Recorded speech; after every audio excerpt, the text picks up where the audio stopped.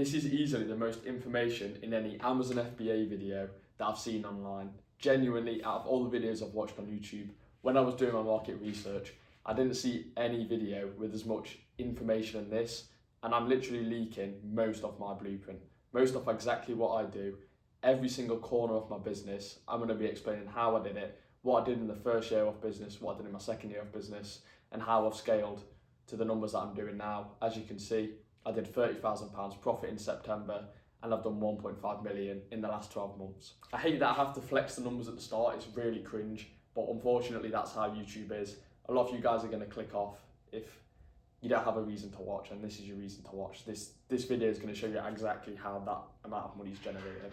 I'll also just pop up me going on Seller Central here as well, just so that you know that it's real numbers, I'm not faking it. I'm not sure how you'd fake the Amazon app anyway, because you can't inspect Element, but I don't pass some people, there's probably a fucking way. But yeah, today I'm going to be running you through my exact blueprint.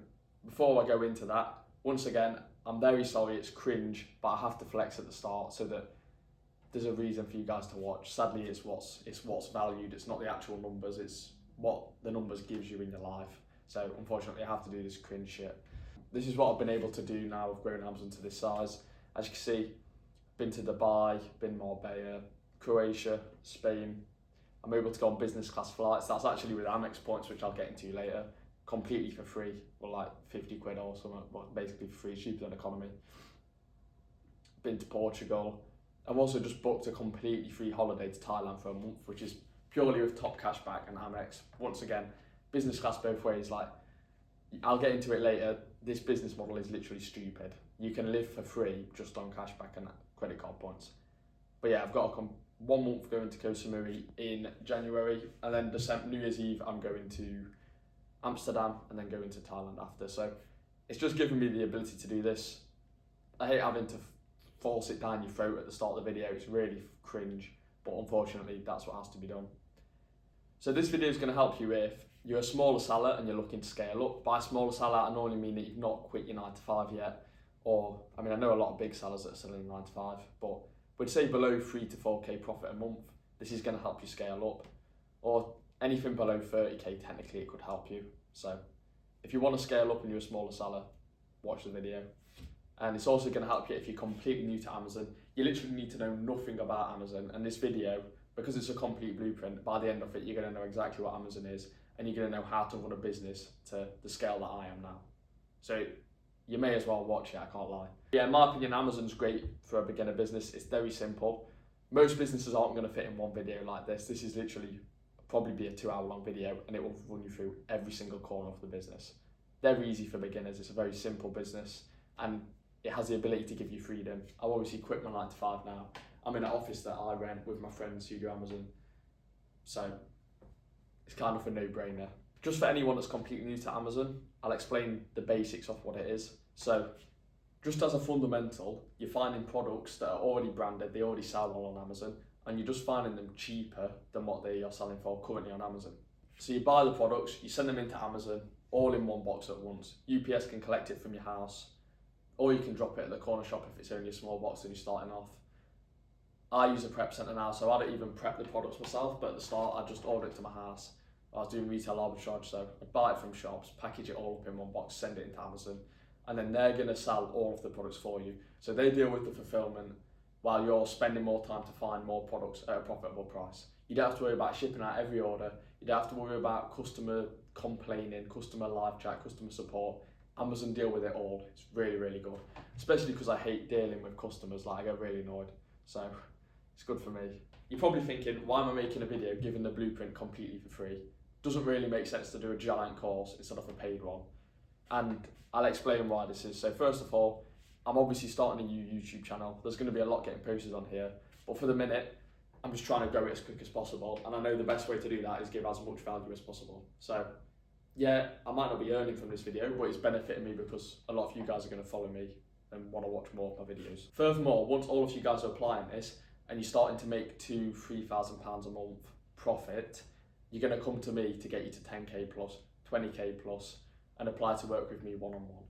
Realistically, if I've given you completely for free a way to get to 3,000, you're likely going to want more help from me. You're going to want to learn more from me. So I'm also benefiting in this way of giving you all of this completely for free. Because my current business is completely ran through online arbitrage, I can give away all of my wholesale stores, all of my retail arbitrage stores completely for free. I can give you the blueprint for how I found the strategies that I do on online arbitrage now. The only way it would compromise my business by leaking everything is if I gave you the exact sites that source on. Which obviously, I'm not going to tell you which products to buy in a YouTube video, which sites to buy from, because a month from now, it might be different sites that I'm buying from. So that wouldn't even make sense. The actual blueprint for OA is learning how to adapt to which sites are good, how to find out which sites are good and where other sellers are buying from, which I can go into later. So to start with, I'll just go through my journey. I'll show you how I started Amazon, what got me into Amazon, and how I've progressed it to where I am now. I've obviously been in Amazon for 2 years now, 2 years and a couple of months. So I'll just run you through how I got to this stage and what steps I took to get here. So the first part is my journey. I started off selling graphics cards and shoes in sixth form. A lot of people that do Amazon started with reselling. That's quite a common thing. I'm a bit off an NPC, but yeah, that's how I got into it. I wasn't even in cut groups, to be fair. I was just doing it myself because like my friend said that he was selling NVIDIA graphics cards, so I just started buying them myself and selling them. Sold like 2 or 3 from birthdays and things like that. Yeah, by the time I finished sixth form, I had 4 to 5k. While I was waiting to turn 18, obviously I'm the youngest in my school year, so I turned 18 end of August. I was learning RA, going around stores, scanning stuff. I didn't even have a salary account, but I was just learning how to scan stuff, how to find profitable products. And then as soon as I turned 18, I made the LTD. I also got a degree apprenticeship, so had a 9 to 5 at the same time. Started them both at the same time because I didn't really want a job, but the apprenticeship's kind of like a backup plan.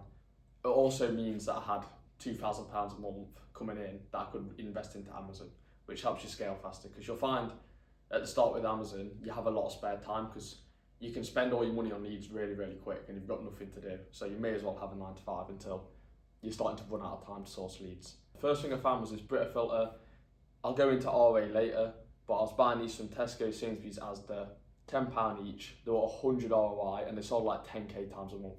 They were genuinely cracked. Like you can see 226 units sold, 2k profit on there, and that was in a month. They were just selling straight away. So even though I started with 5k, I only had to spend 2k to make 2k my first month. It's pretty good ROIs. That's why I like RA at the start. Yeah, 2 weekends driving around the Midlands buying them. Here's my mileage. Like when I was doing RA, it was crazy the amount of miles I was doing. Don't try and find my home address from zooming in on these because I don't live there anymore. So anyone that's sneaky, you're not going to find my home address. Yeah, as you see, 2.6k in the first month. I bought a few other products as well, which is why it's a bit more than the 2k of the Britas, but it's pretty much majority of that is just the Brita filters. See, that ROI is just mad. Like you're not going to see that from any other business model other than RA. Obviously it's not scalable, but they're easy to make that in your first month if you're starting with 4 or 5k. So I now had 10k capital because I'd literally doubled my business. This is why you want a 9 to 5. 2.6k from Amazon, 2k from my job, and now I had 10k to spend on stock. So overnight, I now have the potential to make 2 times as much profit the next month. Unfortunately, I don't know if I put it in this board when I was making it. October, I didn't even have the best month. I think I did like 2 or 3k again because my 9 to 5 was getting very, very busy that month. Obviously, I'd literally just started an apprenticeship, so I had a lot of uni stuff to do. I hate making all the excuses because I was going out drinking a lot as well. I was being a bit of a lazy bastard. But you can get complacent easy with shit. Like, obviously, I just made 5k from, I made 0 in my life, other than from some graphics cards and shit, and then made 5k in a month instantly. I was like, oh yeah, I'm the shit. I can go out partying and stuff. Obviously, instantly realised, oh yeah, you actually have to fucking work. But yeah, October was a bit shit. November, December, I got back on it. I found these Orbs. These were cracked as well. You see 3k profit, 100 units, and I believe, yeah, 100 ROI is just stupid on 3k profit. They were ridiculously good. They were from Tesco as well. See B&M doing a bit of RA there. Started to invest extra capital into OA. I also looked into wholesale at the time. Opened a unit. This is where I'm buying. Because I was doing wholesale, I kind of needed a unit to receive the products because my mum and dad would have absolutely killed me if I was getting pallets shipped to my house. As you can see, there's one here where I fucked up the delivery address and that was not good. They were not happy with that, so I learnt my lesson. I needed a unit. There's just some boxes getting prepped in it and some Lego that RA I did from Costco. They were pretty good as well, but that was probably March, April time. Once I got to August, I was doing 10k profit a month. So I quit my 9 to 5. You know, I took the risk. Obviously 10k profit a month is quite a late point to quit your 9 to 5. Most people that are doing Amazon will quit when they're doing 4 or 5k profit. But I left it late just because I had a good apprenticeship. At this time I met 2 other sellers, Harvey and Josiah, who I share the office with now. They were also doing good numbers, so we decided to partner, share all of our leads. We're still operating as 3 different businesses, 3 different stores, but every single lead that we find, we then share everything with each other. So it essentially tripled our businesses overnight. Like, it was ridiculously good. So straight away, September, October, I think September I probably did 11k, and then October I did 20k profit again. This was really, really good. I'd gone from 10k profit a month to 20k within like a month. That was down. This is the thing, you have a lot of ups and downs with Amazon. That was down to one incredibly good lead. So it did inflate it. Like November, December, I did 10k again. But it still shows you that you can double your business just by speaking to the right people in a month. It's crazy. March 2025, so this year, got the office here with these 2. We hired our first 2 UK employees in June to source for us and also to order products for us. And I'm now doing 20, as I showed earlier, I'm now doing 20 to 30k profit a month consistently. And genuinely, all I do is I spend 1 to 2 hours a day where I analyse all of the deals. I have been doing a bit of admin recently. I need to outsource admin realistically. Like, most people have outsourced admin. Most of my time now I'm spending focusing on social media stuff. Like, this mirror board literally took me, as you're going to see the whole video, this mirror board took me an entire day to make yesterday, probably like 10 hours, because I'm slow. So I'm spending a lot of time on things like that. Obviously, if I was still in the trenches grafting, I wouldn't have been able to make a video like this ever. So it's kind of proof that this video is here, that I am actually working 1 to 2 hours a day. And yeah, traveling, all the stuff I showed earlier, enjoying life, life's good. But now, a lot of you guys are thinking, okay, how do I start it? What are the first steps I take to start this business? So that's what the rest of this video is going to be. Now you're ready to learn how to start Amazon, I'll run you through the entire blueprint. Okay, so the first fundamental of Amazon, like I said, it's how you actually find the products for a cheaper price than what they sell for. So this is going to be broken down into how many sourcing methods there are, how you do this. There's going to be 5 main principal sourcing methods which I'll go through. Retail arbitrage, online arbitrage, wholesale, private label, and unique bundles. Unique bundles I may as well go into first. Essentially all it is you get a product, you put your own brand on it. So let's say I sell let's say I have like a toothbrush that I buy from China. I'll call the toothbrush, brand it, I don't know, Clean Teeth. And then what I'll do is I'll sell that with Colgate and let's say Colgate mouthwash and a Colgate toothpaste. And then I'll put the listing on Amazon under the brand that my toothbrush is, so that I have control of the listing. I can kick people off. Now I'll ask you a simple question. Do you think Colgate are going to be happy when they look on Amazon, they search up the product and they see your brand with a toothbrush that's plastic and obviously £2, partnered with a load of their products being sold under your brand? Do you think Colgate lawyers are going to see that and be like, oh yeah, that's good representation of our brand? No, they're obviously not. And Amazon also don't like it because it is intellectual property fraud. So first of all, it's basically illegal. Don't do it. And also Amazon Section 3 for it. There's also, I'll go into later, there's listings that people hijack and they'll just change the brand name so they can control it when it's not even got their brand products in it. This alongside unique bundles, Amazon detect it, they have some sort of AI. They don't detect every single listing, they'd probably like 1 in 100 get caught, but you get a Section 3 and your account gets closed straight away. So you are retarded if you do this method, I'm sorry. Treat it as a real business, don't leech off other brands, just don't do it. It's also not a business you can exit. It's like PL but with everything that's shit about PL and you're just doing the shit bit because you can't exit it, you've not got your own brand, you're just being a leech. Don't do unique bundles. But I'll get into the actual good 4 methods that there is to do Amazon. So first of all, you've got retail arbitrage. Well, first of all, retail arbitrage. This is what I did in my first year of Amazon. I moved into OA towards the end of the year, but nevertheless, 52 ROI, £52,000 in profit alongside a 9 to 5. I was in a 9 to 5 for this entire year, this entire time, and I generated that. My 9 to 5 probably paid me, well, it was 2k a month. So my 9 to 5 I made 24k in this time and 52k from Amazon. So doubled my 9 to 5 income. Your 52 ROI is really, really good. 50k profit, that's 25% margin. That is a ridiculously good margin for Amazon. And retail arbitrage is a sourcing method. It's got incredibly good ROIs. It's really, really simple for beginners. You don't have to know anything complicated. You go into stores, you go into clearance sections, you scan the products. I'll go into an RA masterclass later, little strategies that you can use to get more of certain products. You scan the products in the clearance, all in more on Amazon. Do they sell? Because you're getting like 3 or 4 units, most of the time they sell straight away. You never have an issue with products getting held up. And it's not scalable at all because the max you can spend is probably 5 to 10k a month, like what I was doing at the start. It's hard to scale past that just because the ROIs are that good and you're limited by how many stores you can drive to. And it's also not really scalable because you can't outsource it. The only way you can outsource it is paying the driver to go to stores for you, which, to be honest with you, at scale, is not really a way to scale a business, especially because it relies on, there might be one sale where you're driving around all week buying products and then you've got nothing to do for the whole month. It's not really something you can outsource. I mean, there might be a way, some people might do it, but in my opinion, it's a lot easier to scale OA, wholesale, private label. Then I'll go into OA. This is obviously what I do now. So in my opinion, the most you can scale OA to is probably 300k spend a month. That would probably equate to around, you'd be buying 3 months stock at that point, so that would equate to around 400 to 500,000 pounds in sales a month. This is what I see the biggest OA sellers doing in sales. It's probably past that point, you probably have to scale into wholesale, which is very doable.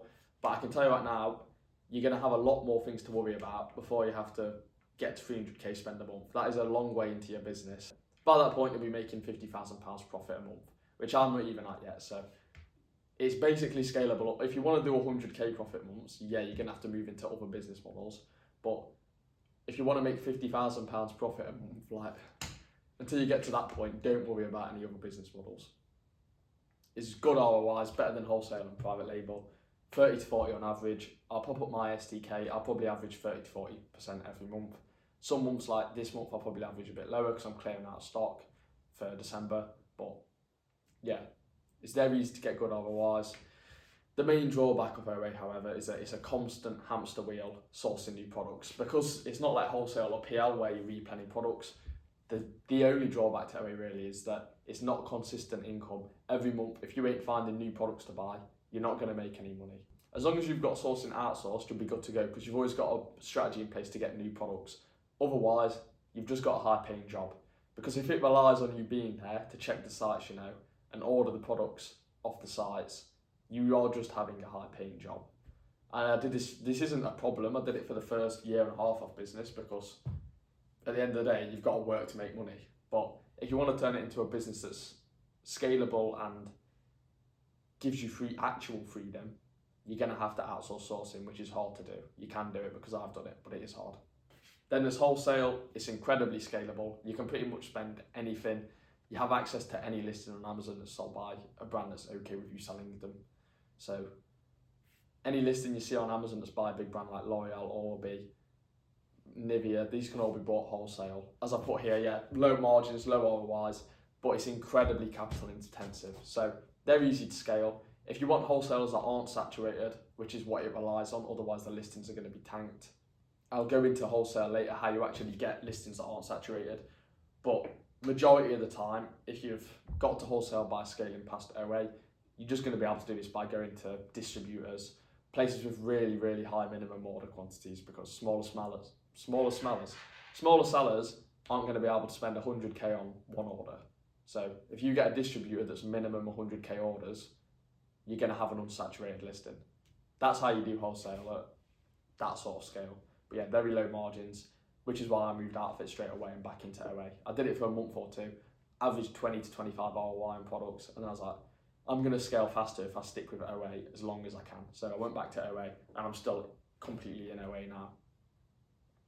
It does mean I have a lot of knowledge on wholesale though, which I can show you guys completely for free later. And with wholesale, I will leak you every single thing that I know because I don't do it at the minute, so I don't really care. Private label, very good ROIs. They're normally destroyed by ad spend. So I think once you get to scale with PL and the listing is running itself, there's no ads being spent anymore, you're probably going to have better ROIs than RA. Like you might end up with 70, 80% ROI, But at the start, this is why it's not good to start with PL at all. At the start, you're going to be spending a lot on ads, which means you need a lot of capital. And I think some PL listings will even take a loss at the start while they build themselves up. So it's not a business to get into until you've conquered OA, even, in my opinion, because it's too expensive. However, PL is how you build an actual brand that you can sell. An OA business, you're never going to be able to sell because there's no actual recurring revenue. Wholesale, once again, you potentially could sell a wholesale business, but it relies on the supply. It relies on the relationship with your suppliers. It's not something that a lot of people would buy. However, PL is how you can build an actual brand. You can build something scalable, sellable. This is something that most Amazon sellers strive to get to eventually. The main issue I see with PL is that when it's sold to people as a course, and a lot of people start with PL, that is an incredibly bad idea because it's incredibly difficult and it's very capital intensive. Building a brand that you can sell is not an easy business and people make it out to be it. I have no idea why.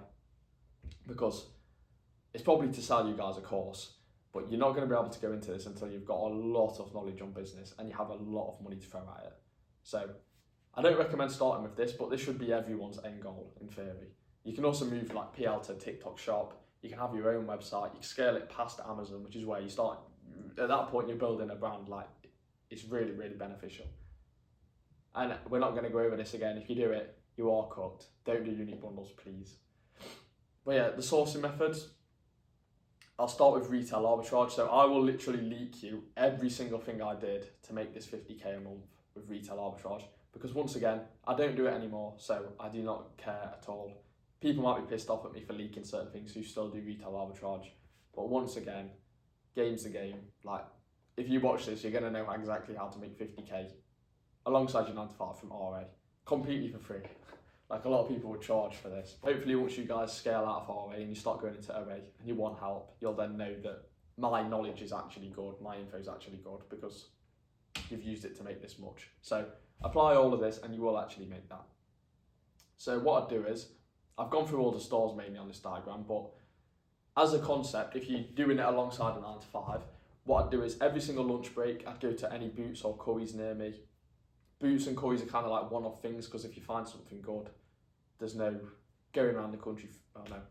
So on my lunch breaks, I'd just hit Boots. Boots is one of the ones that there's not much point trying to find profitable products in Boots because it'll be per store. So when you have time, if you've got spare time, you just go to a Boots, check out the clearance section. Only check the clearance. The electronics are massive here. Like, sometimes I've been into Boots on my lunch break. So I wish I had pictures of all this stuff from back in the day, but I don't. But like, when I was at work, I'd go into Boots on my lunch break, find a load of baby monitors. One time I found like 3 baby monitors and 2 breast pumps, and I made £400 profit. With like 200 ROI, it was like £200 spend, just by going into a Boots on my lunch. So make sure you go into Boots on your lunch. You'll find a lot of the stuff also scans cheaper at the till, because a lot of the things will be on like a secret 3 for 2, or when they're on clearance, they'll have put like a barcode on it, they'll put a sticker with the price, but then that barcode's been further reduced, so it scans through even cheaper. You also want to activate a student discount with an Advantage card, so all you need is a Student Beans account. If you know any relative that's got one, literally all you need to do is, it can, even if you're a grown adult, if you've got a kid with a Student Beans, like if they're at school, they'll have a Student Beans, or a friend, all you need to do is log into it, put your picture on the account, and people are post-grads, so the people at Boots don't think anything of it if you're older, because there's post-grads. So you go in, show them the Student Beans, you give them your Vantage card, which you'll put on the Boots app, they scan it, apply a student discount, and now every single time you buy in Boots, as long as you scan the Vantage card at checkout, you get a further 10% off. So obviously do that, because with RA, you'll probably spend £5,000, £6,000 at Boots over a year. So that's going to save you £500, £600. Definitely worth it, just for the sake of activating student discount. But yeah, this is like the first big box that I did with RA. That was all from Boots. As you can see, there's the stickers there. Luckily, I do have a picture of this one. But yeah, Boots really, really good. Really good ROIs as well, because products never break, because the clearance sections in Boots are store specific. So if you find a good product, it is only you that's got that product. There's not going to be any other sellers that have got the exact same price as you. Hit Boots on your lunch breaks. Also hit Currys. I used to hit Currys in all of these stores on the way home from work. So on the way home from work, I just pop into ones on my way. Obviously, make a routine that suits you based on what stores are around you and where you work. It doesn't have to be the exact same as me. Fortunately, I worked in the centre of Nottingham, so I had a load of stores around me, but loads of people just work in the countryside and still manage to hit the stores. But yeah, Currys, check every single thing that's got a yellow ticket on it. That means it's on clearance. It also ends in 97p, I think, so just scan everything that ends in 97p. Once you find a banger, this is what you're going to find with all the other stores. So Boots is kind of like, if you find something good, it's a one-off. You can't replicate it. The source with RA, which is what nobody explains and no one really teaches, this is how you make a lot of money from it. Every time you find a good product in a store, you need to understand what other stores have them prices, and you need to understand how can I clear the country for this product? Because as I'll go through the following stores, pretty much all of them share the same prices nationwide on clearance items. And because they all have one item in stock, let's say, because it's on clearance, as long as you get most of the stock, the product's not going to drop in price. It's not going to become saturated. So if you can clear your area for these products, you're going to make way more profit because once you found a profitable product, it's just a case of going in the store, asking for it, and then buying it. And you can just replicate that and control the listing. So Currys, once you find a banger, buy it from the store you're at. Do like a normal RA, how you normally would in Currys. So go in there, scan every single yellow ticket item, scan the barcode. I'll go into analysis later with Salaman SAS, but you scan the barcode, check if it's good. Once you've found something that's good, you ask a staff member. Once you've found something that's good, check out, keep the receipt, and then on the receipt you'll see a 6-digit number. Now you want to go back in the store and ask a staff member on the actual computers in Currys. Make sure they don't do it on the app because it doesn't work. On the actual computers in Currys, put the 6-digit number into the computer and then check your region, and it will tell you. I think if any of you are from the East Midlands, like Derby, Nottingham, Mansfield, you use Newark. I don't know why it comes up as Newark for our region, but ask them to check Newark. Anywhere else, it's pretty self-explanatory. It'll be like Birmingham's called Birmingham. Same with Sheffield. But yeah, if you're from Derby, Nottingham, Mansfield, use Newark. And yeah, it will show you all of the stock in your region for that product. So I used to ask for Newark, I used to ask for Birmingham, I used to ask for Sheffield, and then wherever the product is, I would just buy every single one. Basically the Midlands, I'd buy every single one and go to the Currys. In terms of how you actually do that, here's one example, a Sonos speaker. That's actually restricted on Amazon now, you can't sell Sonos anymore. But that was very good. I think I was buying them for 150, selling them for 450. Make like 300 profit a unit, so you're looking at 12, 13 times 200 profit, 3k profit probably there. That might be awful maths, I might have just butchered that.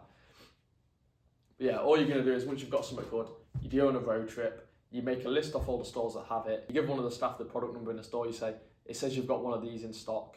Say, I went to another store and it said you've got one in stock on their machine, and then most of the time they know what they're doing. They're going to go and check the back for you. And a lot of the Currys staff, when there's like a banger, they'll keep it in the back to buy themselves later. So most of the time, the really good leads are just sat in the back of the stores. Like if you could actually find a way to get in the back of the store and find the clearance stuff, you'd make a lot of fucking money, I'll tell you that. I doubt they're allowed to let you do that, but maybe if you've got an insider at Currys, they can tell you exactly what comes in. There you go. If you have a staff member at Currys, ask for the number, say, I give you 20 quid if you tell me every time that new clearance items comes into the back of the store and give me access to them first. There you go, that's how you can dominate RA. If you've got control of like 7 or 8 stores, you've just controlled Currys RA. Just an idea. Tesco's the same, always use the scanner because this shows you that a lot of the time it's cheaper than what the labels say. Go to the clearance, scan everything. Once you find something good, take the number off the receipt. I think it's like a 7-digit product code with Tesco, and then you do the same thing with Tesco nationwide.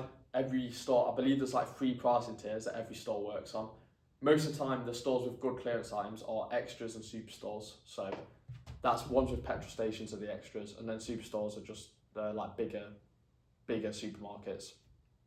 So they'll operate on 3 pricing tiers. So let's say I find an item in Tesco that's £10 on clearance. It's really, really good.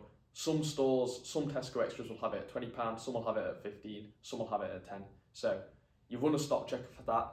That'll be in a lot of Discord groups have stock checkers. if you want advice on what Discord groups are good, just drop me a message and I'll point you the right way. But I don't own any Discord groups. I'm not going to point you to mine, just to clarify. I'll point you to ones that are genuinely good.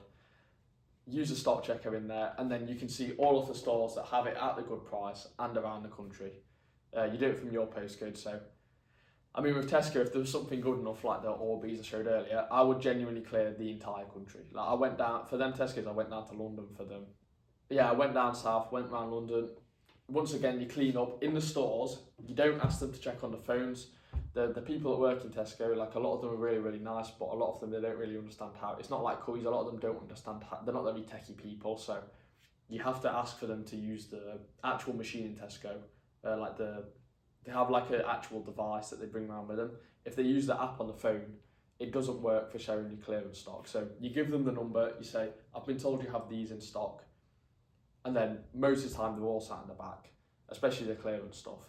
A lot of them don't like resellers. So genuinely, a lot of how you do well with RA, you just be very, very nice to the staff. Because a lot of people go in to try and resell products and they're not allowed to buy them. Whereas if you go in, you're really nice to them.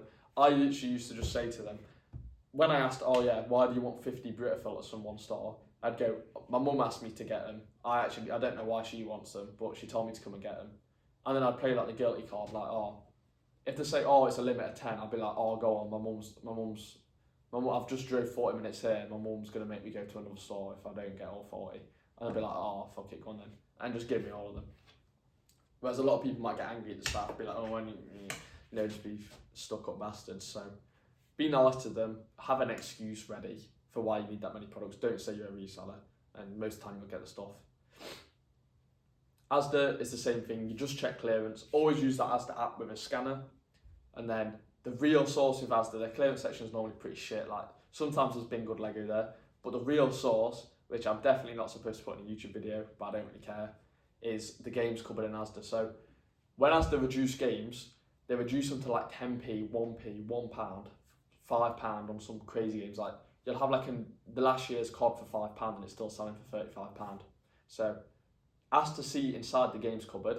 You have to have very, very good negotiation skills with this, because Asda workers are even more defensive than Tesco workers. They're like centre backs. They don't like you looking in that games cupboard.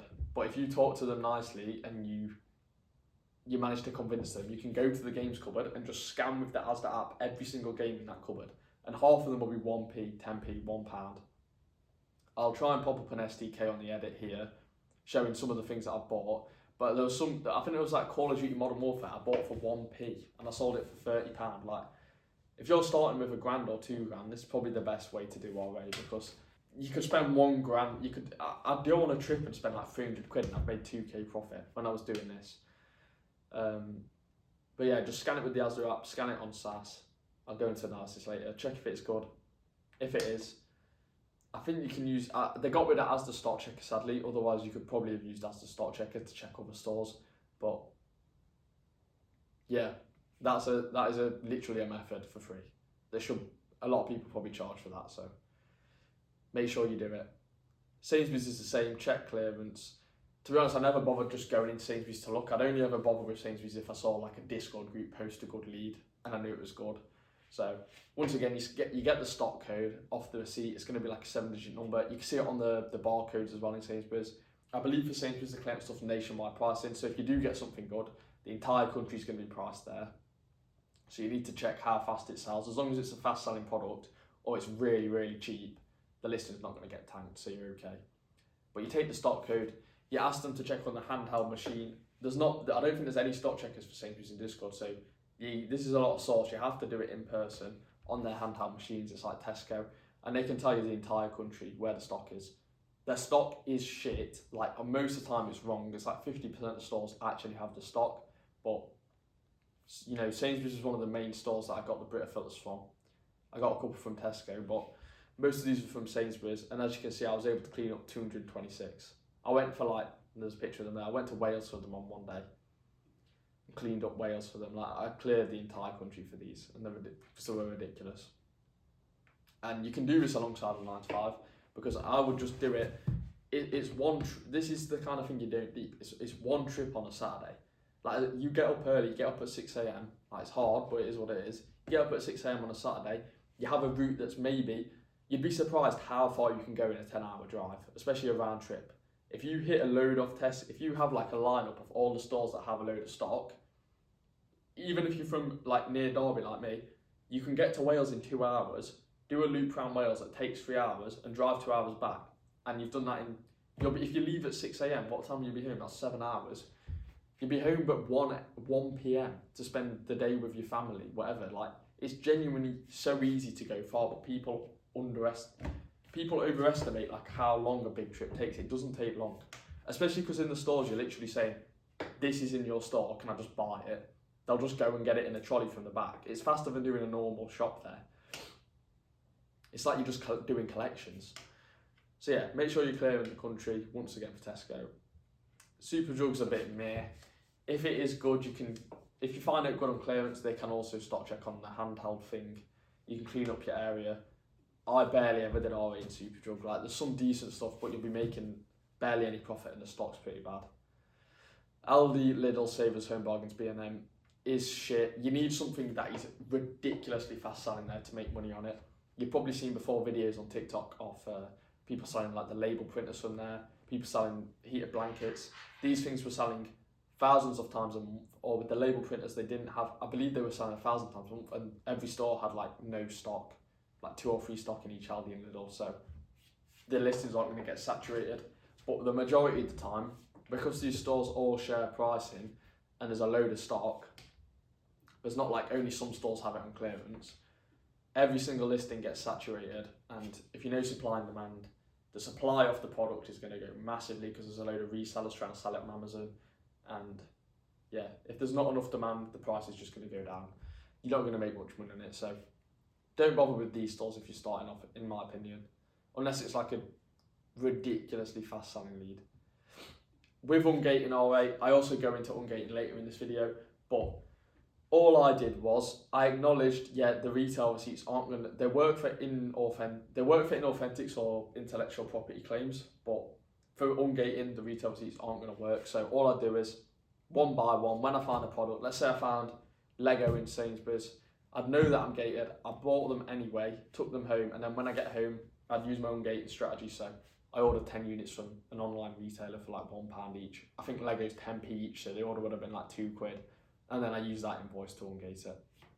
And I just went through one by one. Like, I'd never not buy a product because I was gated. I'd just buy it, worry about getting ungated once I get home. Worst case, if you can't get ungated, you just sell it to another seller because it's going to be a profitable product. Yeah, that's it for Retail Arbitrage Masterclass. If you apply everything there alone, you are genuinely going to make that much money. That was Sundays I'd spend doing a bit off Retail Arbitrage, maybe finishing up a route, packaging products. Every single weekday at work, I'd go to work, on the way home I'd hit stores to find the actual profitable products, and then I'd go to the gym. It's not like I spent every evening doing it. I was going to the gym I was leaving work at 5 p.m, getting to the gym at 8 p.m. It was like 3 hours a night. I'd also get home and make dinner before that, so you have the time to do this.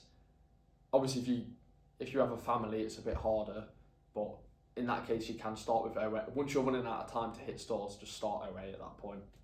But if you do have the spare time, especially if you're younger, this is genuinely easily achievable if you apply everything here. So now we'll go into what I do now. So this is the real source, online arbitrage. I've kept it quite simple because genuinely online arbitrage is simple. There's a bit more analysis needed because you need to analyse competition if a listing is going to get saturated. I'll go into analysis a bit more later. For the minute, I'm just going to start with how you source products because that is the most important bit.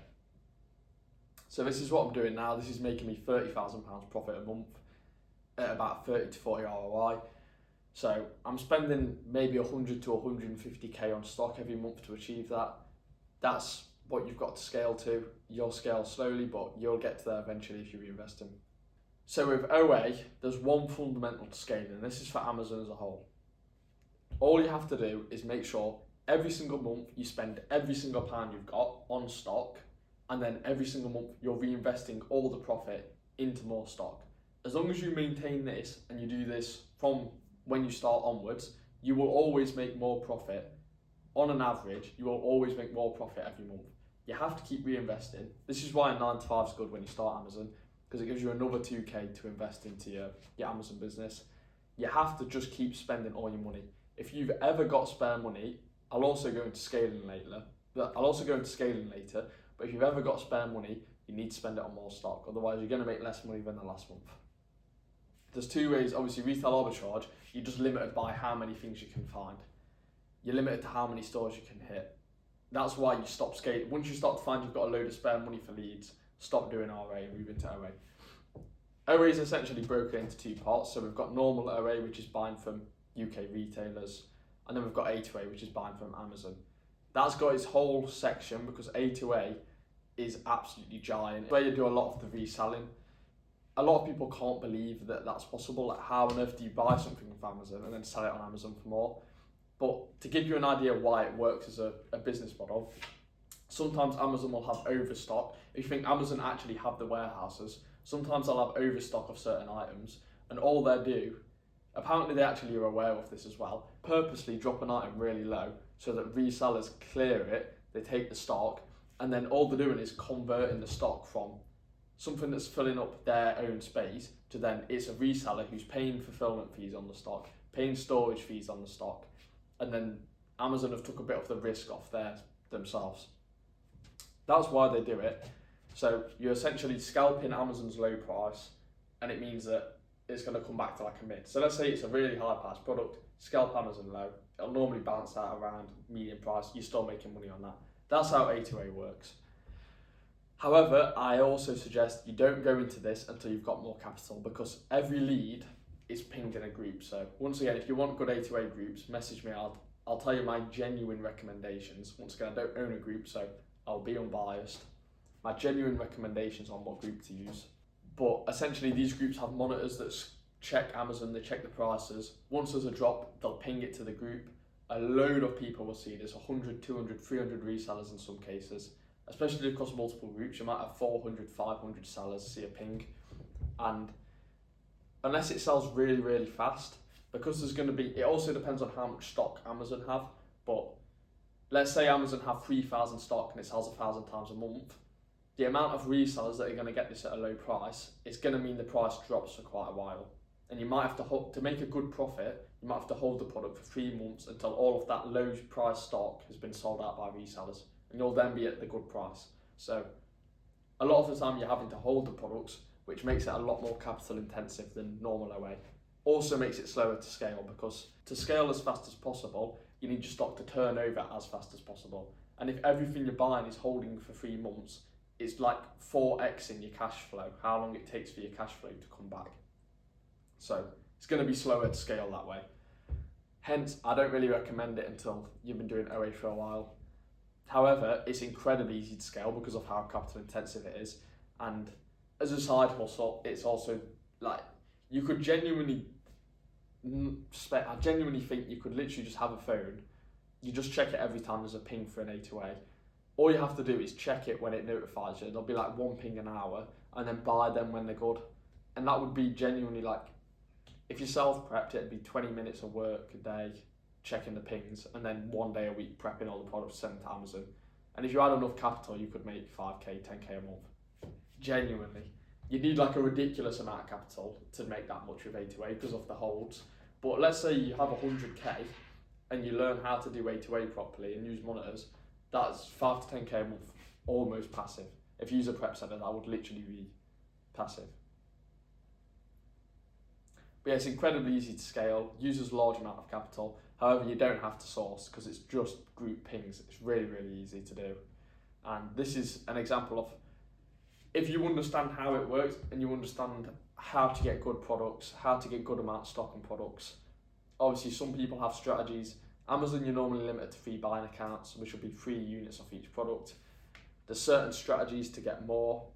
But yeah, if you do A2A right and you know which products, sometimes you can have an eye for which products are not going to brick. It's fine to buy products that you know are going to brick because they will just recover. But how I do A2A is I only buy the ones that I know aren't going to brick. This is an example of one I got. Bought 30, pretty much instantly sold them. It was within a month, and the ROI was 112, which is ridiculous. Like, you're not going to get that ROI in many places, but it's just some some cat food. Easy. That would have just been a ping on my phone. I look at it, I analyse it. To be honest with you, the reason why I knew it wasn't going to brick is because it had very low stock, and I was taking a lot of the stock. Me and my friends were taking a lot of the stock. It was probably like 200 stock. I think it sold 300 times a month, the listing. So I was like, as long as it's me and my friend selling it, we know we're going to hold the high price. So we cleared it, and there you go. But I'll go into normal away because this is probably the most fundamental thing that's you need to do well at the start of your business. Because this is the most important thing. It's more important than A2A. Because if you can have your own method for getting products, you're going to be the only people on the listing, and you're going to be able to instantly sell products, which is how you scale quickly. So at the start, you want to source lower and mid-ticket sites. So this is going to be things like beauty sites, perfume, aftershave, vitamins, toys, anything that's, I'd say, £20 or lower as a buy price. Even stuff like aftershave and perfume could be £100 or lower. That's kind of mid-ticket. Still good to do, as these have way better ROIs than high ticket. I'll go into high ticket in a second, but these have way better ROIs. So when you're starting out, you want to scale as quick as possible. Obviously, it's hard to spend a lot of capital on leads like this because a lot of sites are hard to order good quantities from. However, if you don't have much capital, it doesn't really matter because you'll easily be able to spend it all on cheaper leads. So as long as you can, exhaust sourcing just lower and mid-ticket sites. Try and prioritise selling cheap things. They're also easier to deal with returns, so it's easier to start with these. The places that I'd look for these, the first one is Boots, 10th of Tuesday. Make sure that you're checking it every Tuesday. There's always a lot of good stuff on there. Obviously with Boots you're limited to how many you can buy.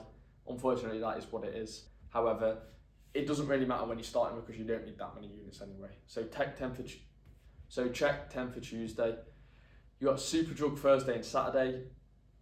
Superdrug, this will be when they run aftershave sales, perfume sales. It's normally on a Thursday and Saturday, but you want to sign up for the marketing email. Same for all of these sites, sign up for the marketing email, and then when you get a marketing email about a sale, a new sale, go through the sale, check what's on there. Superdrug Thursday and Saturday is when it normally comes through.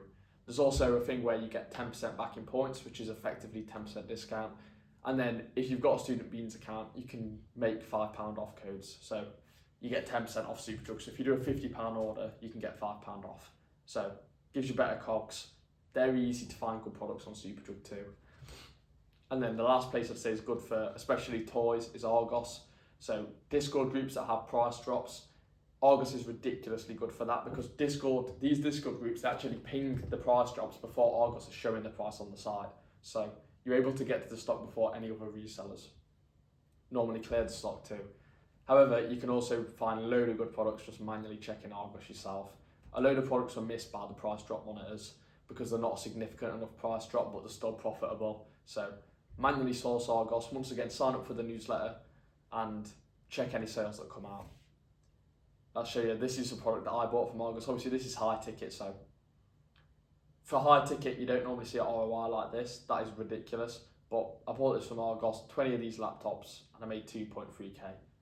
Argos is also very hard to get past the order limits. I'll give you a tip for getting past the order limits without saying too much. If you think, whenever people say, oh, I'm banned from a site, they won't let me order anymore, what's stopping another person ordering off that site for you? Like, let's say, for example, let's say, oh, I'm banned from Argos. If your mum goes and places an order on her phone to her address, is the order going to go through? Obviously. So there is a way to mimic being your mum and placing another order, and then you're going to get the stock. So you need to kind of think like that. You need to think, what do Argos see when I place an order? They see your IP address, they see your device, they see what address you've used, they see what postcode you've used, they see what card you've used. If you change all of these things, then obviously the order's going to go through. That's just a little tip I will give you.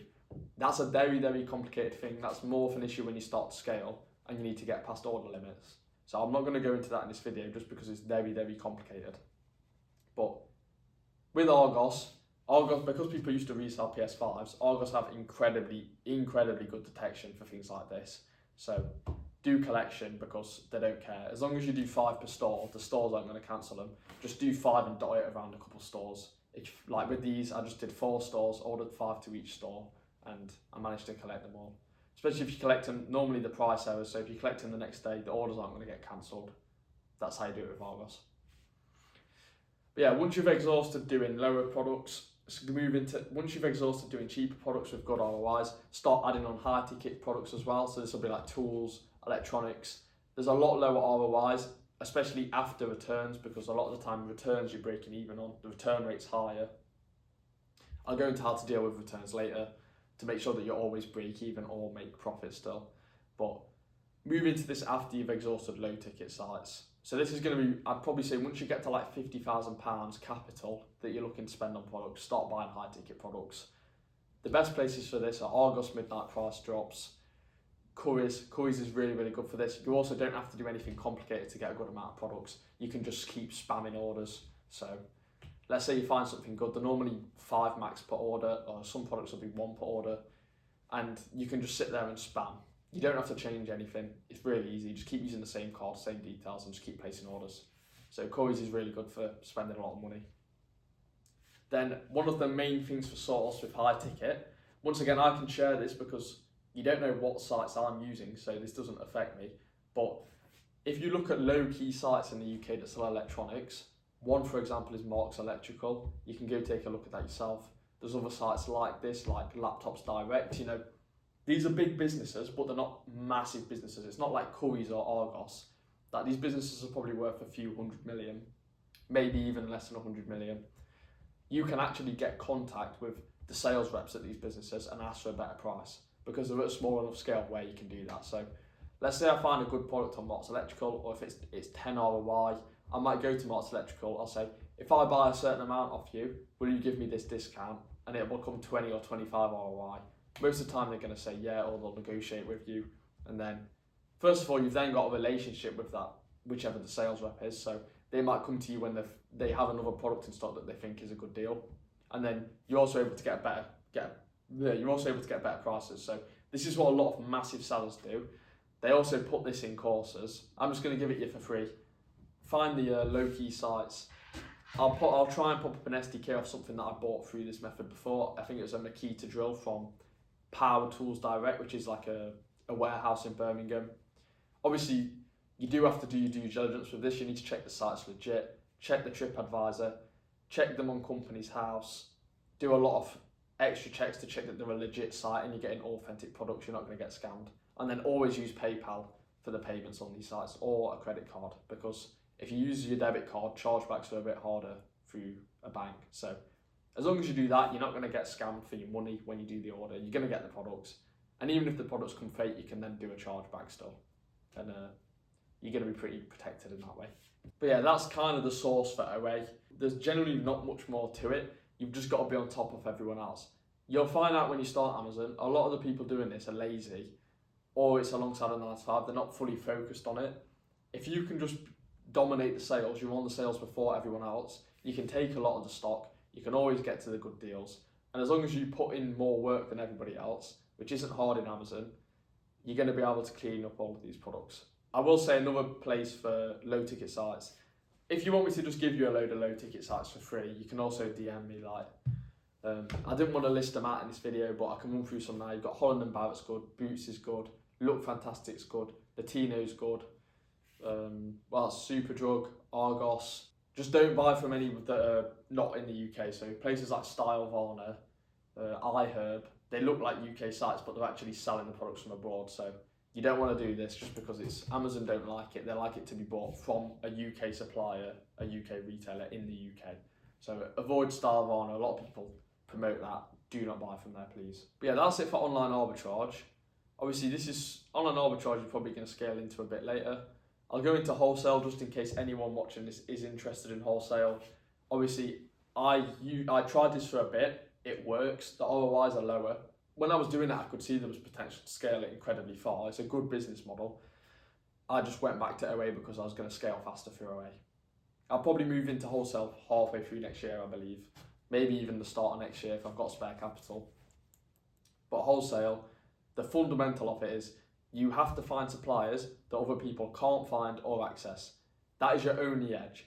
If you think wholesale is just spamming the load of common wholesalers in the UK, going through all the wholesale sheets, if you're spending 10 hours a day I'm going to go through every single wholesale sheet until I find a good product, even if you do find a good product, within a month, everybody else will have found that product from the common wholesaler, and it will be break even on Amazon for you, because people are running a thing called Arbitrage. This essentially is like a software that can mass analyze sheets for profitable products off the cog. So if you're manually going through it, there's no point, they're going to become saturated. The actual source is finding supplies that other people can't. There's 3 ways to do this. So one of them, this is kind of like halfway there, is importing products. So a lot of people, they don't know how to import products. They avoid buying from wholesalers abroad, from the USA, from Europe, because it's hard. So straight away, obviously there's enough people that are techie enough to do this, so the listings are still going to be some more competition.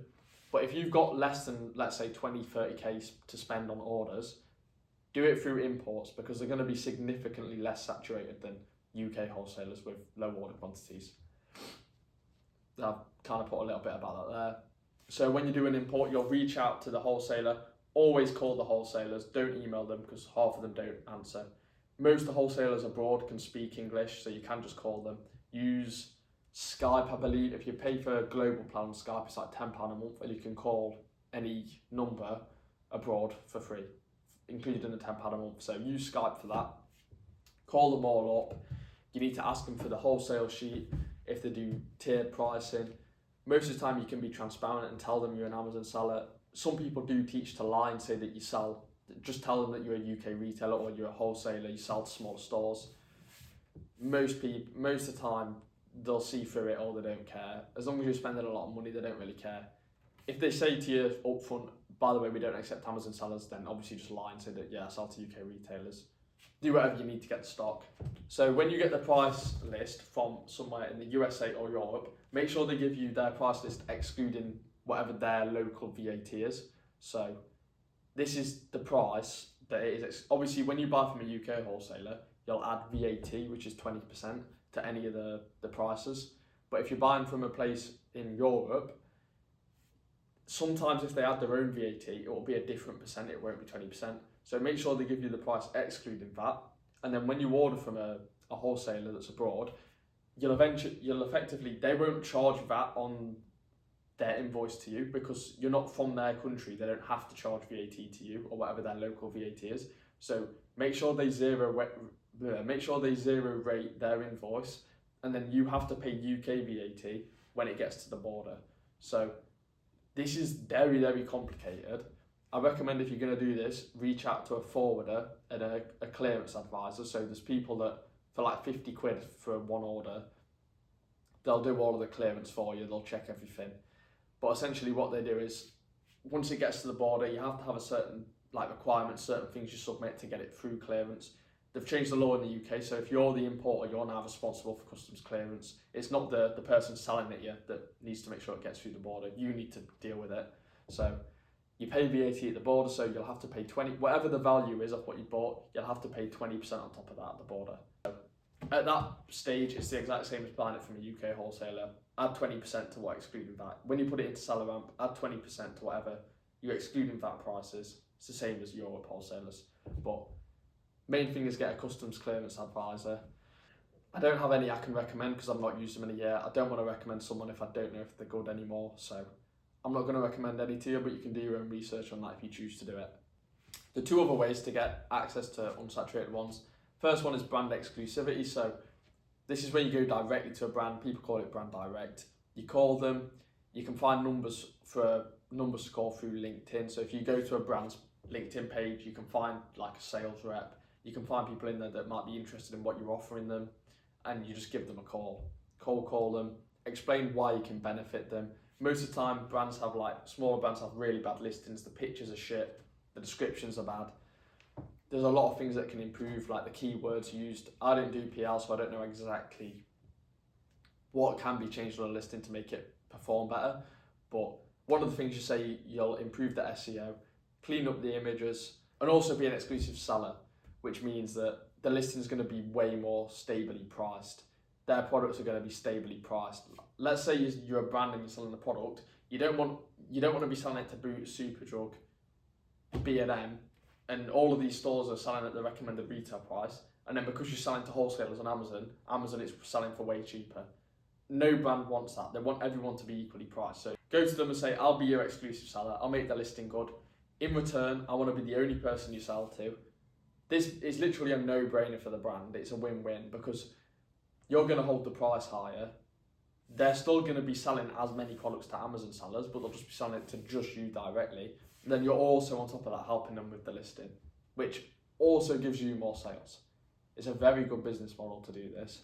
Once again, it's a lot harder though. It's something you move into at the end because if you've got a listing, if you've got a brand direct, you're going to be spending a lot of money with them because you have to always be in stock on the listing. Otherwise, you're going to annoy them. You can also IP other sellers off the listing. Once you've got control of a listing and you can talk to the brand, you can kick any other sellers off. So if someone gets it from a retail store at a cheaper price, doing online arbitrage like me, you could then kick me off the listing so you can keep selling it at a good price. That keeps it unsaturated. And then you've got the only other way to get unsaturated ones is just by spending a load of money, and that's going to cut out smaller sellers. So if you go to massive brands, you go to the distributors directly. So let's say I want to sell a Nivea product. I'll go to the wholesale. I'll go to the distributor directly. I'll go as high up. I'll keep moving up the chain, trying to get up the chain until I get to a minimum spend that I can't hit anymore. So let's say, I'm assuming if you go to Nivea directly, I think Nivea is owned by Procter & Gamble. I can't remember exactly. If you go to Procter & Gamble, they're probably not even going to accept you. You're going to have to pass a lot to even buy from them. And then the minimum order quantity will probably be 500k per order. Obviously, most sellers can't afford that.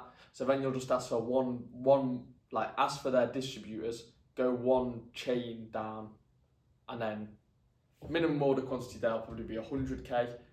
No small seller is going to be able to afford an 100k order. So you buy from these at 100k, you're going to get a better price than further down the chain. And this essentially means that you're going to be able to control the listing, have a better margin, because no one's going to be able to sell on the same listing at the same price as you, because you've got a better cost price. It's pretty much how every big brand works. So the more quantity you buy, the better price you get, and it moves up a chain. So it'll go brand, distributors, normally global distributors, then local distributors, wholesalers, so on. There's a lot of non-VAT people that do wholesale, and they can break listings because they don't have to pay VAT. They can have a lower price than you and still make profit. Obviously, this cuts all of them out because any big wholesaler or distributor is not going to sell to a non-VAT seller. So that's obviously your way to cut them out. You're going to sell for more profit. Any good one's going to be 50 to 100k per order, in my opinion. Maybe 30k. Personally, if you're spending any less than that, a smaller seller could spend it. So avoid it. But that's it for wholesale. That is literally simplified everything there that people will sell you a course on. It's stupid. There's genuinely no point going into wholesale until you've maxed out OA. Until you have spare capital, like I still need to take loans to buy stock for OA because there's too many good products out there to buy that can be resold. There's no need to move into wholesale until you've exhausted OA because you're going to get worse otherwise. So when you do want to go into it, literally everything you need is there. Take the numbers off LinkedIn, call the brands, offer them this deal, give them this deal, or call the brand and say you want to buy from them. You're going to spend a lot of money. You're a serious seller. You show them you're serious because you're going to spend a lot of money, and they're going to want to work with you. All of it benefits the brand. All of it benefits you as a seller. It's easy. You're going to have replens, but you need an absolute ton of money, and you need to be good at convincing the brands on the phone. Okay, so next we've got analysis. So for this one, I'm just going to cut to my video that I've done on YouTube for analysis. Essentially, to summarise it, you do 3 steps. Is it profitable? Is the brand safe to sell? / I'm ungated? And how many should I buy? I'll go through this in a video. I'll just cut to this here. I'm probably going to be sat in the same seat because I'm going to film it later today, to be honest with you. But yeah, I'll cut to that now. So we're going to go through seller ramp analysis. This is how you work out if a product's good or not, whether it's worth buying.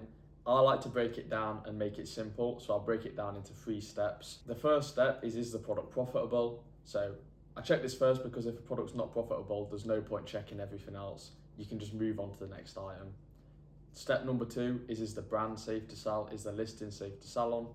I check this. This comes with knowledge of other products that I've sold before, but you can also do your own analysis on a new brand that you've not seen before, which I'll show you how to do that. And then step 3 is knowing how many of the product to buy. So this is competition analysis. It's knowing the retailers, which retailers are likely to drop in price more after you've bought it, and how many to buy based on the sales per month. So I'll start with step 1, which is working out if a product's profitable. So there's a Roku streaming stick on Argos. You use SellerAmp, so it's a Chrome extension and an app. If you're doing retail arbitrage, you'll want to download it as an app and just scan the barcodes in store. But if you're doing online arbitrage, you just want to add it as a Chrome extension. And all you've got to do is click this button and it's going to open it up and search the product title on Amazon for you. Sometimes it won't search the best on SellerAmp, so sometimes you want to open up Amazon, and if you can't find the listing here that's obviously the same thing, you can open Amazon, search for the same product, and then try and find the product on Amazon. So if I go to Amazon here, let me open it up, search for the product, as you can see, it shows some listings that actually don't show on the SellerAmp search. It kind of shows it differently. Well, you can see this is the correct product here. So click that, open it up. Another thing you can do to check products are completely correct. On some websites, they'll actually put the barcode in the description. So Argos, they've put barcode here. EAN means the barcode. You can search that in SellerAmp, and that will bring up whatever listing is associated with that EAN number, which is obviously this one here, it's the same one. So you put your cost price in. These are $24.99 on Argos. This is a free lead. If anyone's watching this recently, you can probably still buy this off Argos for this price. 1K sold, sells for £40, so it's a pretty good 8-away. So you can see we're buying these for £25. I put in £25 in the cost price section. The sale price, initially it's going to show you what it's currently at. So currently it's at $24.99 on Amazon too. So this is actually also an 8-away, because you can buy this off Amazon and then sell it back at the high price at £40, which I like to look, for my pricing, I like to look at the 3-month graph, and I realistically put in the sale price that I'm going to sell at. Realistically, you can easily sell this at £40 because they hold £40 for a long time. Almost all of the last 3 months it's been at £40. You can check the year graph quickly for the price too, so I'll check the year graph. If this was the entire year, £25, other than the last 3 months, then I'd maybe debate not buying this. But as you can see, all year round, other than another 2-month window odd, it's £40. So that's a realistic sale price. So I'll put that in for the sale price. You can see your ROI. Your ROI shows you the return you're going to get on your capital.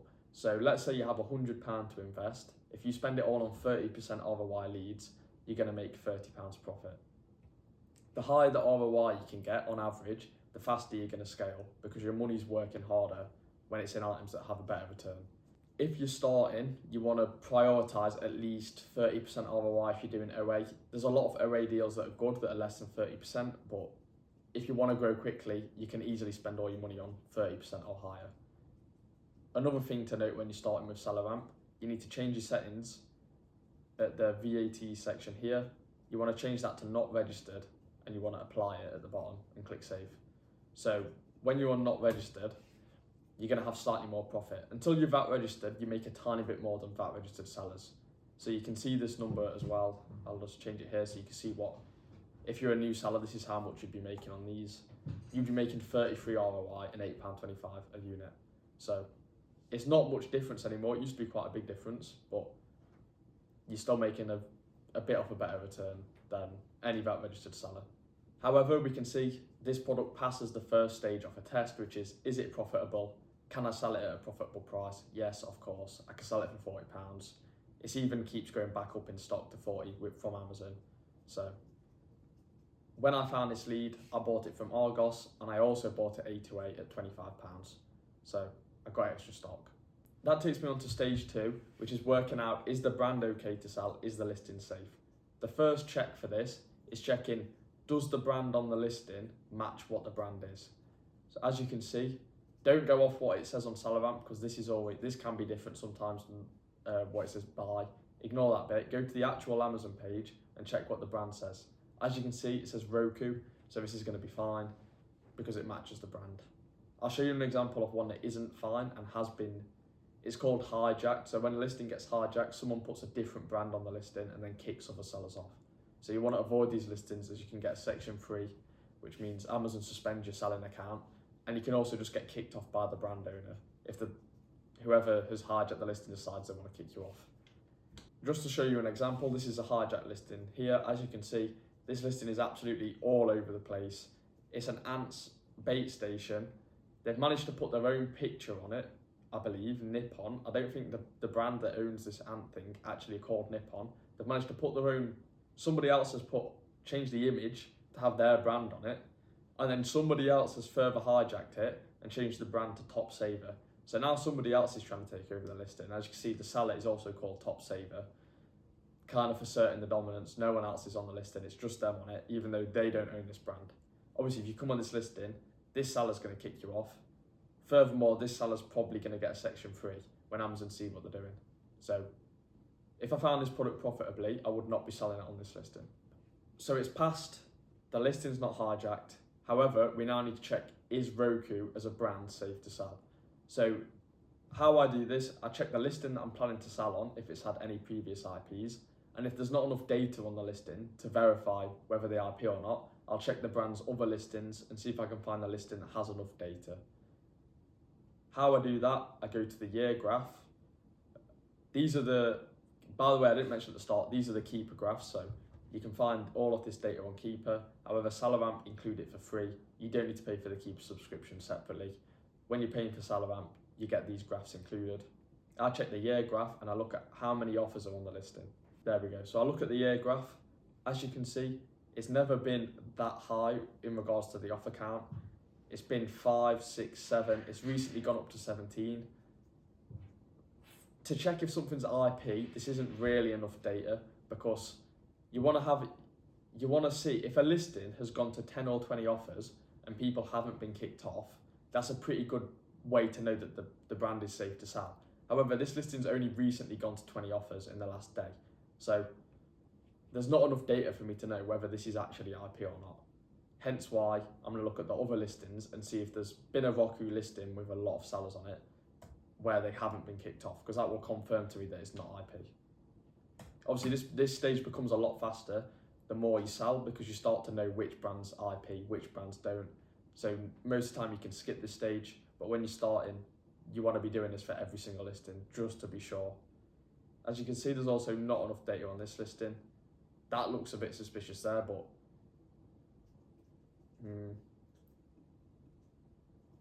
see, that looks very suspicious there, but it was 2022. It's not really recent enough to know if they're still IP. To me, that looks like an IP, that seller, that offer count drop there. But essentially what you're looking for is just a very steep drop in offer count overnight, because this is the brand noticing that there's a load of resellers on it and removing them all at once. Here you can see this listing verifies that Roku's safe to sell. It goes up to 20 offers, gradually drops back down. It's gradually going up and down over the last year. It means that Roku aren't kicking people off the listing and it's safe to sell. You can also check this by checking there's a lot of FBA sellers. I mean, at the minute, there's only 3 sellers on this listing.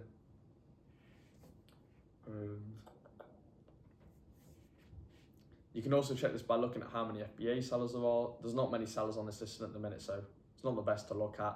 But Roku's clearly safe to sell because of this history. So I know this brand's safe. It's past that stage. The only thing left to do is check that you're not gated in the product or that the ASIN isn't restricted. Some brands like Samsung, you can sell the brand, you might be ungated in Samsung, but then certain listings will be restricted. So you always want to just try and add the ASIN to your Seller Central before you buy it. How you do that, you go to your Seller Central like this, go to inventory, manage all inventory, add a product, paste the ASIN in. So the ASIN is an identifier for every product on Amazon. I always just use them because it's easier. Search for the ASIN, sell, new. For a lot of you, when you're starting, this is going to say apply to sell. That's the button you click to actually ungate a product. However, if you're ungated, you'll see sell. Otherwise, I'll show you what a restricted listing looks like.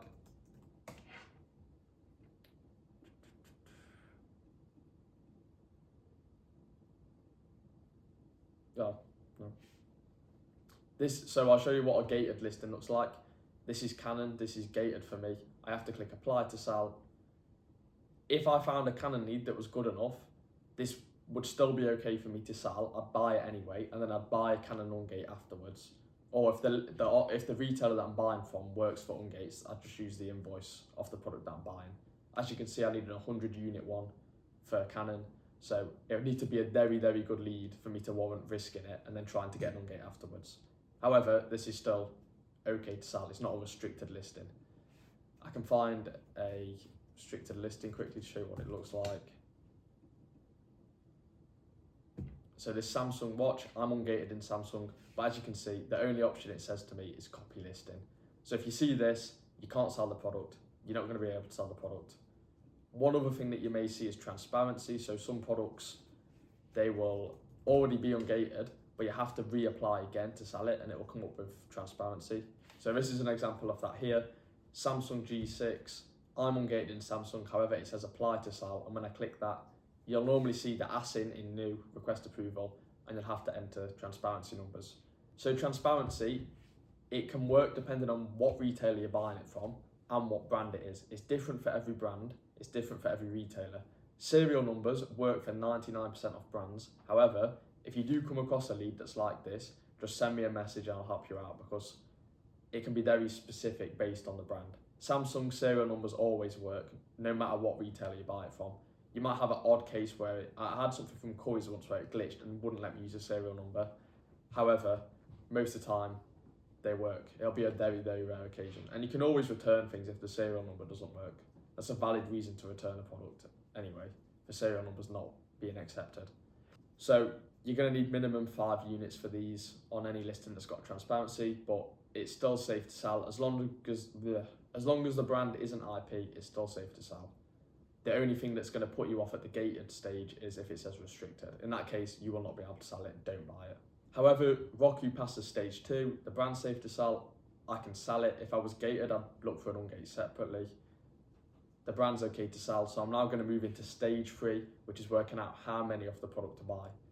This is a very, very simple part of the process. However, a lot of people overcomplicate it for no reason.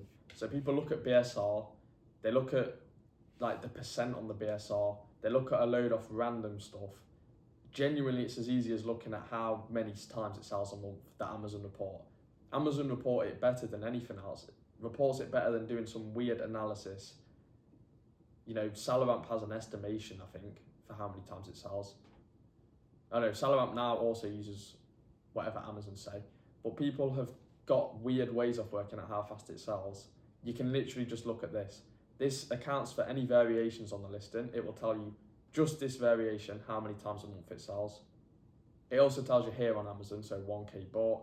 This just means it's in the range from 1,000 to 2,000 sales a month. If you go to a year graph, if you see it going up to 2,000, like jumping up to 2,000, you're going to know it's at the higher range of 1,000 sales a month, so probably 1,800, 1,900. However, if you see it jumping down quite a lot to 500, like this one, that indicates that it's somewhere in the mid-range. It's not, half the time it's spent at 1,000, half the time it's spent at 500. So I can see this listing. One thing you need to be very careful of with analysis when you're working out how many to buy is how fast it sells at the price you're going to sell it at. A lot of people might jump on and assume this is selling 1,000 times a month, but this is only going to 1K sold when it's at £25 sale price. So if you're going to sell it at £40, you're not going to do your analysis based on the lower sale price, because that's not what you're selling it at. Do the analysis based on how fast it sells at the price you're going to sell it at. When this is £40, the monthly sold goes to 500 a month. So I'm going to assume when I'm selling for £40, I'm going to sell 500 a month. You then need to do competition analysis. So this is looking at how many people you assume are going to compete with you on the listing as you're selling it. So all you need to do to work out how many you're going to sell, you want to think how many offers are you going to be competing with when you're selling the item. A lot of people are going to do analysis based on how many are currently on the listing. That is fine. That works on most products. However, something like this that I know is just dropped on Argos, I'm going to play it safe and assume 2 times more sellers are going to come onto this listing than what are already on it. Which, as you can see, well, if I look at the offer count, I can see it was 8 offers a week ago and it's now 23 offers. So I can realistically analyse this now because I know this has been on August for a week. Anyone that's going to buy it has already bought it. So I'll do for this one, I'll do the competition analysis based on who's already on the listing now. However, if this had just dropped, I'm going to take it with a pinch of salt and maybe double or triple how many offers I expect to be on the listing. Depending on your sourcing method, this can change. If you're doing a sourcing method that you know no other sellers know about, then you can do your competition analysis based on who's already on the listing. However, if it's an A2A, you need to assume that there's going to be hundreds of offers on the listing. And if it's something like Argos, you can kind of tell how much stock there is. I know there's not much stock for this item also, so it's a pretty safe bet to go off who's already got it on their store. This has been on here for a week, so there's not going to be any more sellers at this point. So if it's an FBM seller, they're going to get the buy box around £2 to £3 cheaper most of the time. On some more expensive listings, it can kind of work as a percentage, but for most things, it's £2 to £3 cheaper. As you can see, this FBM seller's got the buy box on this listing currently because they're priced just over £2 cheaper than the lowest FBA seller. If an FBM seller is the same price as an FBA seller, they're not going to get any buy box. So you don't need to include them as a competitor if you're seeing an FBM price the same as the lowest FBA. If you see someone that's SFP, it's slightly less buy box than FBA, but just take it as it's the same as an FBA seller. That means they've got next day deliveries. Amazon's going to view them very, very similar to an FBA seller because they're both next day shipping. So I'm going through this listing. I'll count how many realistically are going to match my price if I'm selling for £40. I'm going to have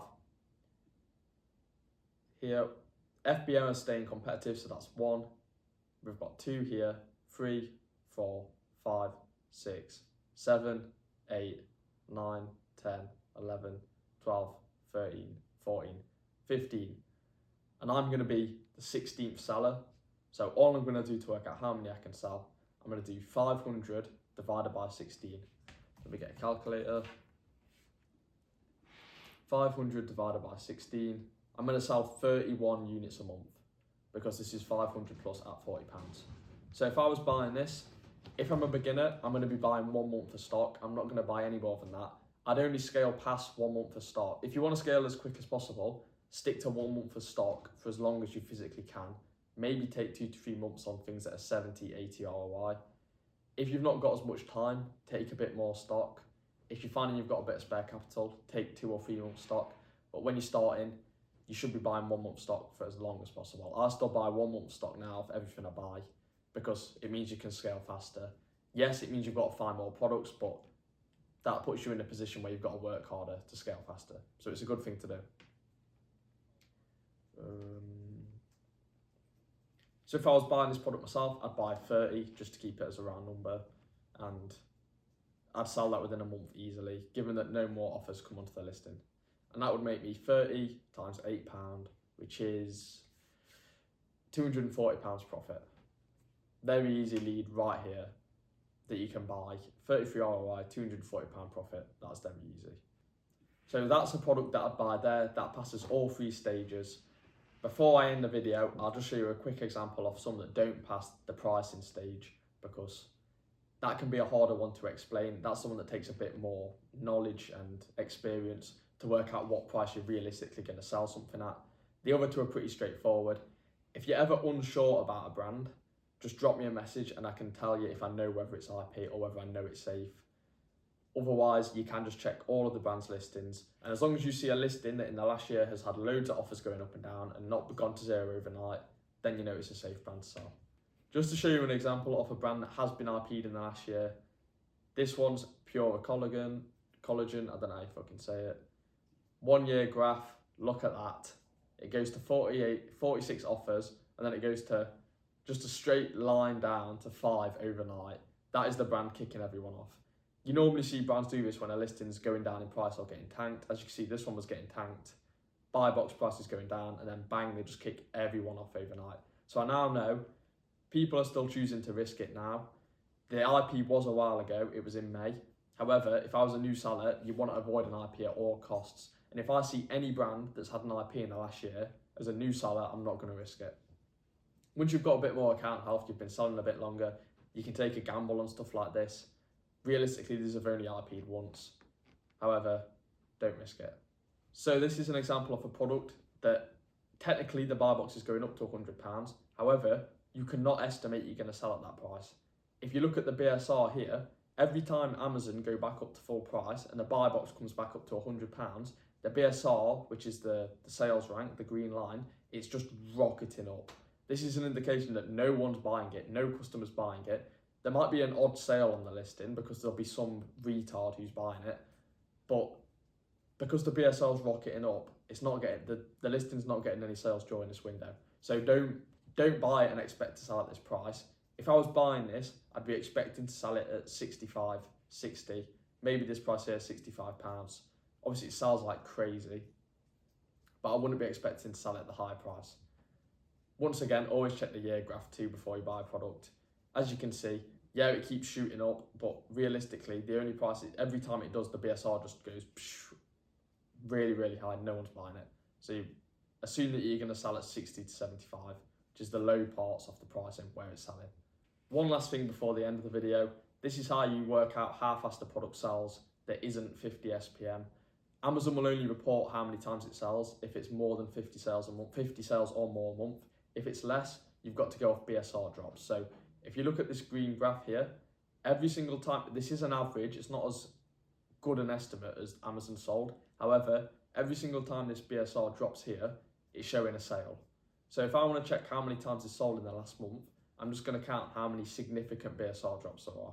As you can see on this product, there was 1, 2, 3, 4. This product sold 4 times last month. This product sold 4 times last month. Before that, you can see it was selling quite a bit more, especially when it had a buy box, it was selling quite a bit more often.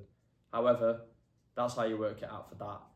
If it's a variation listing, which is where you'll see like another graphics card, another RAM size, different options to choose, you just need to click on the other options and check that the green graph doesn't look exactly the same on every single option. If the green graph looks exactly the same on every single option, it means that the listing shares the BSR across all of them, which in that case, it is incredibly hard to work out how fast something sells. You can message me if you ever find something like that, but you're going to have to use a lot of different techniques to work out how fast it sells, which is going to include going through how many reviews the product has, because the reviews are dependent on the variation. So you can go down to reviews, you'll select, this one doesn't even have any reviews, so it's not really helpful, but the reviews are going to be just for that variation. So if it's getting a review every week or so, you know the product's selling a good amount. You can also go onto Keeper and check how many times people are losing stock on that, but that's still an estimate because that can be an FBM changing how much stock they have available. It can also be people putting all like stock limits on the FBA offer. It's still not completely accurate. So you've got to play it very, very safe in situations like that. However, that's very, very rare. Most of the time, you can just go off the BSR drops. But that's it for analysis. If you've got any questions about that, just drop me a message, let me know, and we can move on to the next part. Okay, for Ungating, I've also already made a video for Ungating, so I'll be sat in a different seat most likely. I'll cut to that now, you can watch that, and that should explain pretty much everything you need to know for that. So first you need to check how many units are needed on the invoice for whatever brand you're trying to ungate. Some brands like Samsung are starting to require 100 unit ungates, which is fine because you can buy the parts for cheap. After this, there's 2 ways I like to find a site to buy the product from. The first way, you can join a free Discord like ours in my YouTube bio, and you can find an approved site list where we know Amazon do accept their invoices most of the time. The second way, which not many people think of, I search up the brand on Google and I find who their approved retailers are, because I have a suspicion that Amazon support, when they're ungating an invoice, are going on to Google and checking this themselves, and then just checking if the retailer you provided an invoice from are an approved retailer. I've personally had better success rate only buying from approved retailers that are listed on that brand's website. So the next step is you need to request an invoice from the website. I'd wait until the product's delivered just to be safe, and then I'd request an invoice via email or via live chat.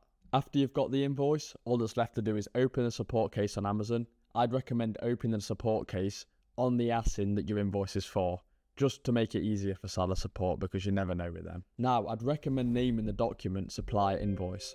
I also have a suspicion, if I personally was the guy having to check invoices in the middle of the night, half the time I wouldn't even be checking the actual invoice. If I see supplier invoice And if I see a retailer, I might have a look. Whereas I suspect a lot of these guys see supplier invoice, they just approve.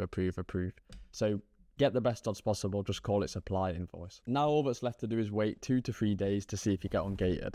Now sometimes you'll get ungated on the first go, which is perfect. But if not, there's a couple tricks I use to make sure you can re-request and get approved again. So if I've been rejected 2 to 3 times, all I'm going to do is reply to the case and I'm going to say, please approve my new invoice. I provided a new document. And this basically means instead of them auto rejecting it, they're going to take a look at the document again.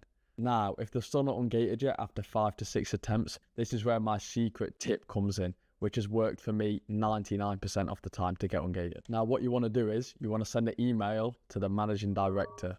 I'll leave that in the description below and I'll put it on the screen here.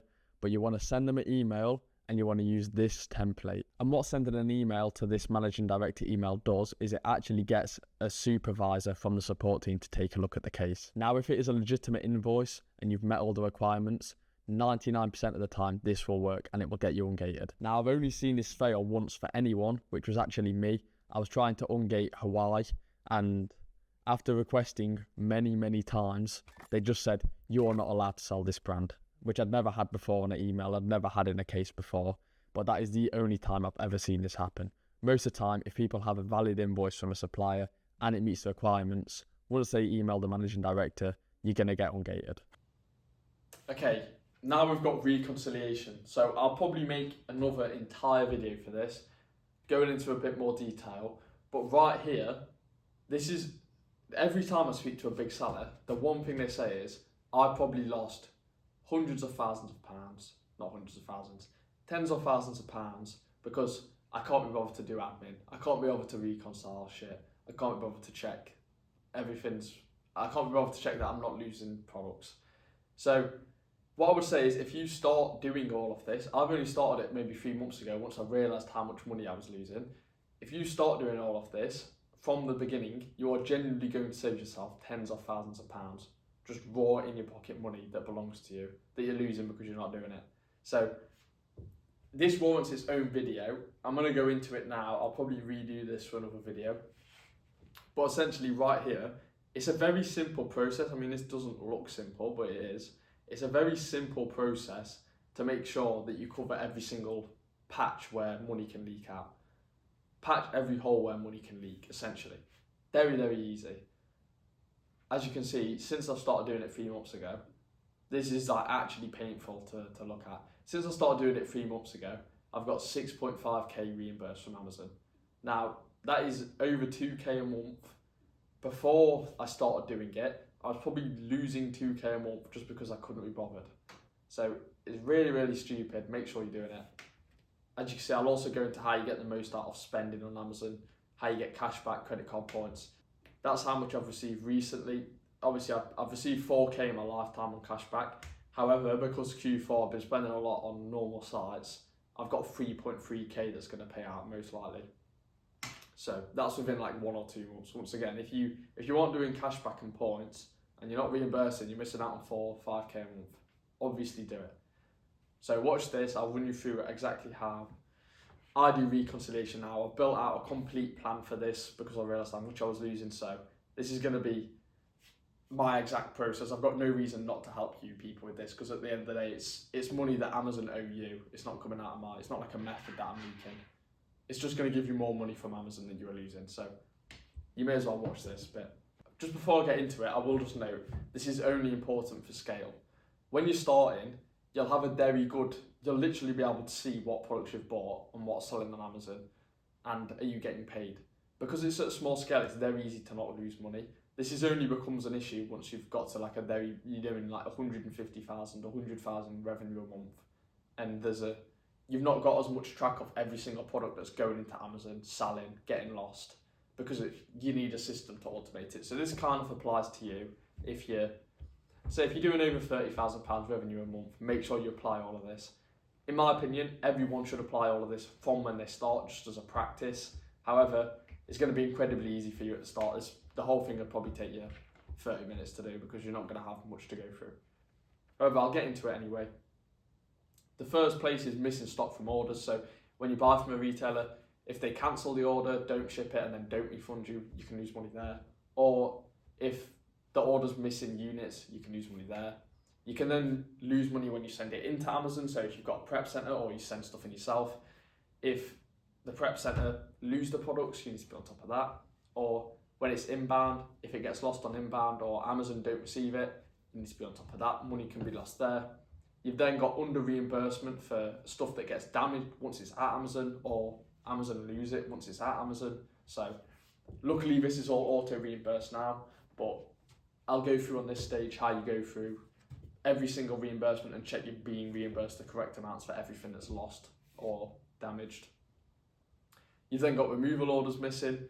So this is when you do a removal order, this is the one that is like the actual source. No one knows about this. When you do a removal order, you'll have like 1 in 10 or 1 in 20. So for anyone that's new, removal orders is when you get a customer return sent back to you. When you, like 1 in 10 removal orders will say delivered on Amazon, but then when you check the tracking on the removal order, it's just not been delivered. It's not arrived, but it's just in no man's land and it's been stranded for like a month. A load of people don't realise this, and you have to just contact Amazon and you get an instant reimbursement. I got 1k for this last month because there was 1k worth of electronics that were dispatched to me and I never got them. So make sure you do that.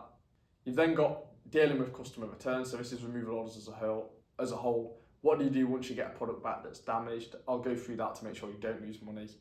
You're also losing money on unclaimed cashback. This is a very easy one. I'll run you through how to do cashback, how to get the most out of points. That's essentially the 3 categories. So I'll start with missing stock from orders. All you need for this is an order sheet. So literally have a spreadsheet where you keep your order numbers, you keep the amount you paid, and you keep the retailer and the AS in. So every time you place an order, put the order number in, put the product in, put how many you bought in.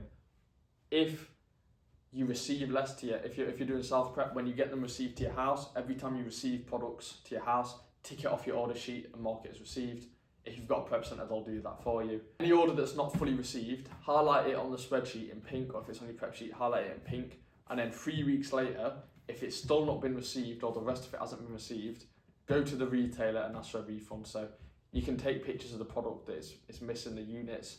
Normally the track, it will be that one of the parcels from the tracking numbers, one of them won't be delivered. So you'll just send them that and be like, clearly it's not delivered, give me the refund. They'll refund you. One thing, if you're doing a lot of A2A, a lot of the time when Amazon don't send a product or they don't have enough stock and they decide not to send you a product, they'll just not send it and it'll come up on the order as this, like return requested for 5 of the items. They'll never actually refund this. You have to open a live chat on Amazon and ask for them to send you the refund for this because they haven't shipped it. It'll say return requested. You have to ask for a refund. Obviously, with Amazon, always be careful with asking for refunds because they close buying accounts quite easily. But obviously, if they've literally not sent you products, you're pretty safe to ask for a refund because it shows on the order that the tracking says not delivered. Your next part for reconciliation is missing on inbound. So every month, for pretty much all of these, how I'll do it as a process is the last day of every month, I'll check the previous calendar month. So November the 31st, I'll go through October. All you need to do is go on STK, I'll show it here, STK, FBA reconciliation, missing items here, and go through every single shipment and just open it on a new tab and get all the shipments open and just check what product was missing from each of these. For every single that's missing stuff, all you need to do is click the drop down on the right of it, click investigate missing units, take the tracking number, put it into UPS online, download the proof of delivery, upload that, and then also get an invoice for the missing items and upload that alongside it.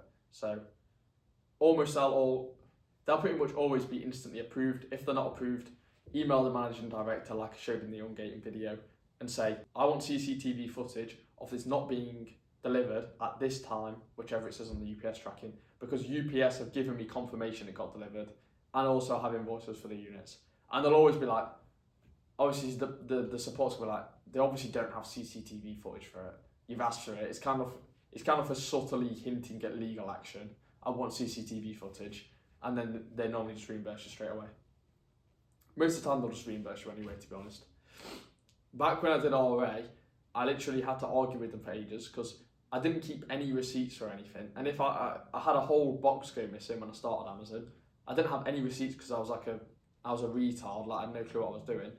And I just argued with them for like a month straight with no proof of any of the products in the box, and they still reimburse me for all of them. So you can pretty much always get reimbursed. Your next part is under reimbursement for damaged or warehouse lost stock. So I'll show you where to go on this. You go to inventory defect and reimbursement, literally sort by last 90 days. Obviously, it's the same as the thing before, go through the previous calendar month, open every asset in Salaramp SaaS, check what your COG is, and then check what the reimbursement amount is. If it's less than the COG, open a support case, upload an invoice, say this is my COG for this item, I've been under reimbursed, and then they're going to reimburse you the full amount or adjust it. Pretty easy.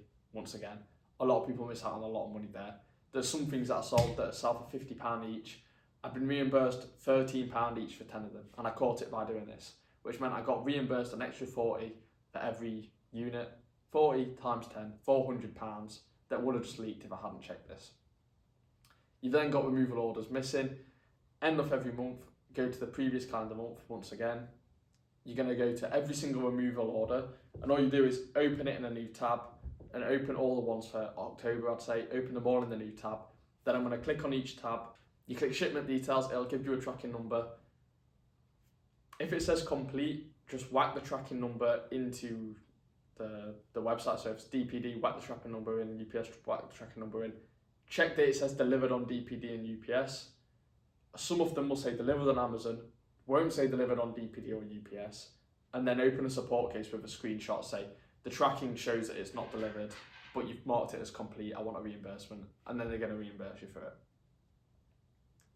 Very easy too. Once again, these are all very simple things, like it's a one day a month job to make save 2 or 3k if you're at scale, but a lot of people just can't be bothered.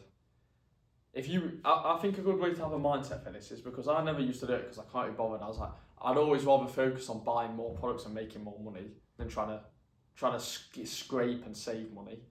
However, if you just go into the last day of the month like, I'm going to make 2 to 3k today because I'm just going to do all my reimbursements, it makes it quite motivating. It's like you wake up, it's like, oh, I've got an easy day, I just get a monster, get a C4, get a monster, sit down, go through them all, make 2 or 3k, call it a day. Makes it a bit more fun, like, rather than, especially because it's one day a month for us. When you're doing it every single day, like, and it's an admin job, you just get bored of it. So just do it one day a month, it's easier. Removal orders, you've got customer returns. So every time I have a removal order received, I take a picture of the square, I take a picture of the condition the box is in, the condition the product's in. If it's used like new, I'll literally just list it on Amazon used like new, send it back in. Sometimes you get the returns completely new. In that case, I'll just send it back into Amazon as new. If it's missing any parts or accessories or damaged, I'll then use all the pictures, open the support case on Amazon, get a reimbursement for them.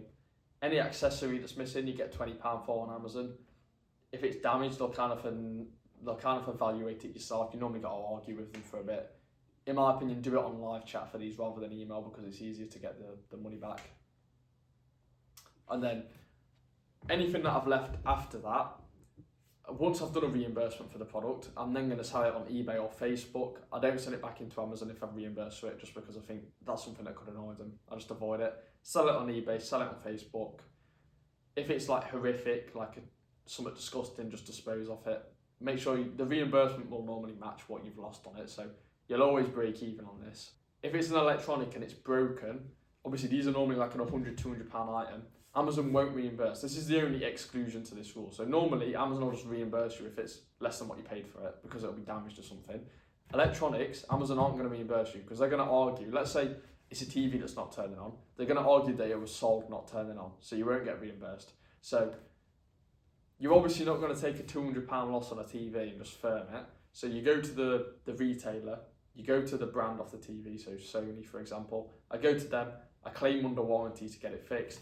And normally, it's different for every brand, but they'll collect it from your address, fix it, and then just send it you back. A little tip for this, if you've got any toothbrushes that are Oral-B ones, if you do warranty, they never fix them. They just send you a brand new toothbrush in like a grey box. So if you have a load of fucked up toothbrushes, you go warranty with all of them, you're going to get a load of, obviously you can't sell them on Amazon because they don't have boxes, but you're going to get a load of incredibly good toothbrushes that you can sell on eBay and Facebook and make a lot of money. Finally, if you want to limit the amount of returns you get in, turn on grade and resell in Amazon settings. That essentially is going to limit how many things come back to you. Yeah, you maybe make a little bit less money than you could, But Amazon essentially get the return. If it's used like new, they're going to just sell it, they're going to just relist it for you, used like new. You don't have to get it back and then check yourself first. The only downside to that is that sometimes returns that are literally still sealed, Amazon will then list as used like new, rather than new, when you could have sent them back in yourself new. But the amount you spend on the removal order to get it back and then send it back in, you may as well just have grade and resell on. So at the minute, I'm only dealing with returns that cannot be resold. Amazon deemed as unsellable again. You've then got unclaimed cashback. This is the main last thing where technically this isn't losing out on money, this is just free money. Everyone I know that does Amazon full time, they just live off the cashback. They don't even pay themselves out of the business because it is OP. One of the best ways to do top cashback, you can just do it manually. I still manually just do all my top cashbacks, just activate it. It's a Chrome extension, like here it is here. You activate it and then spend money and it automatically tracks. Some people contact Top Cashback by email. You tell them you're a reseller. Do this at the start anyway because it means that they're happy with resellers, but sometimes they'll flag your account if you've not told them you're a reseller yet. If you ask for a spreadsheet, you don't even need to do cashback claims. All you have to do is from your order sheet, take all the stuff, put it in the spreadsheet they give you. They have a spreadsheet that they accept. All you have to do is every month take all your orders that month out of your order sheet, put it in the spreadsheet to them, send it to them, and then they're going to track all the cashback for you. That also means you're going to have a way better success rate with it actually tracking, because sometimes when you do top cashback and apply it, it doesn't track properly. So if you use a spreadsheet, it's obviously manually done, they're going to accept all of them. Bonus tip for points: if you have a lot of capital, you don't need to use credit cards. Get a capital on tap because they have 1.25% pure cashback to cash, which is way better than anything else you're going to get. So when you preload a capital on tap card, I think for this capital on tap they'll have like a £10 a month subscription, but they have a £300 a month subscription as well. If you pay for the £300 subscription, you get 1.25% cashback on preloaded spend. So if you send extra money to the card, which is essentially a debit card at that point, anything that you spend, you get 1.25% back in points. And with Top Cashback, it's different to Amex. You can literally withdraw it one-to-one for cash. So let's say I spend 100k on stock that's preloaded, I'm getting £1,250 to my bank account that month, which is most months, just for spending on that card and preloading it. If you can't get approved for capital on tap for whatever reason, or you actually need the credit, use Amex. So Amex can be cashed out for 0.7% to people that sell flights. If you do want to sell your credit card points, it's not always available, but if you do want to sell your Amex points for cash, normally around this rate, drop me a message and I'll tell you who I sell my points to. I don't sell my points anymore, but I used to sell them for 0.7%.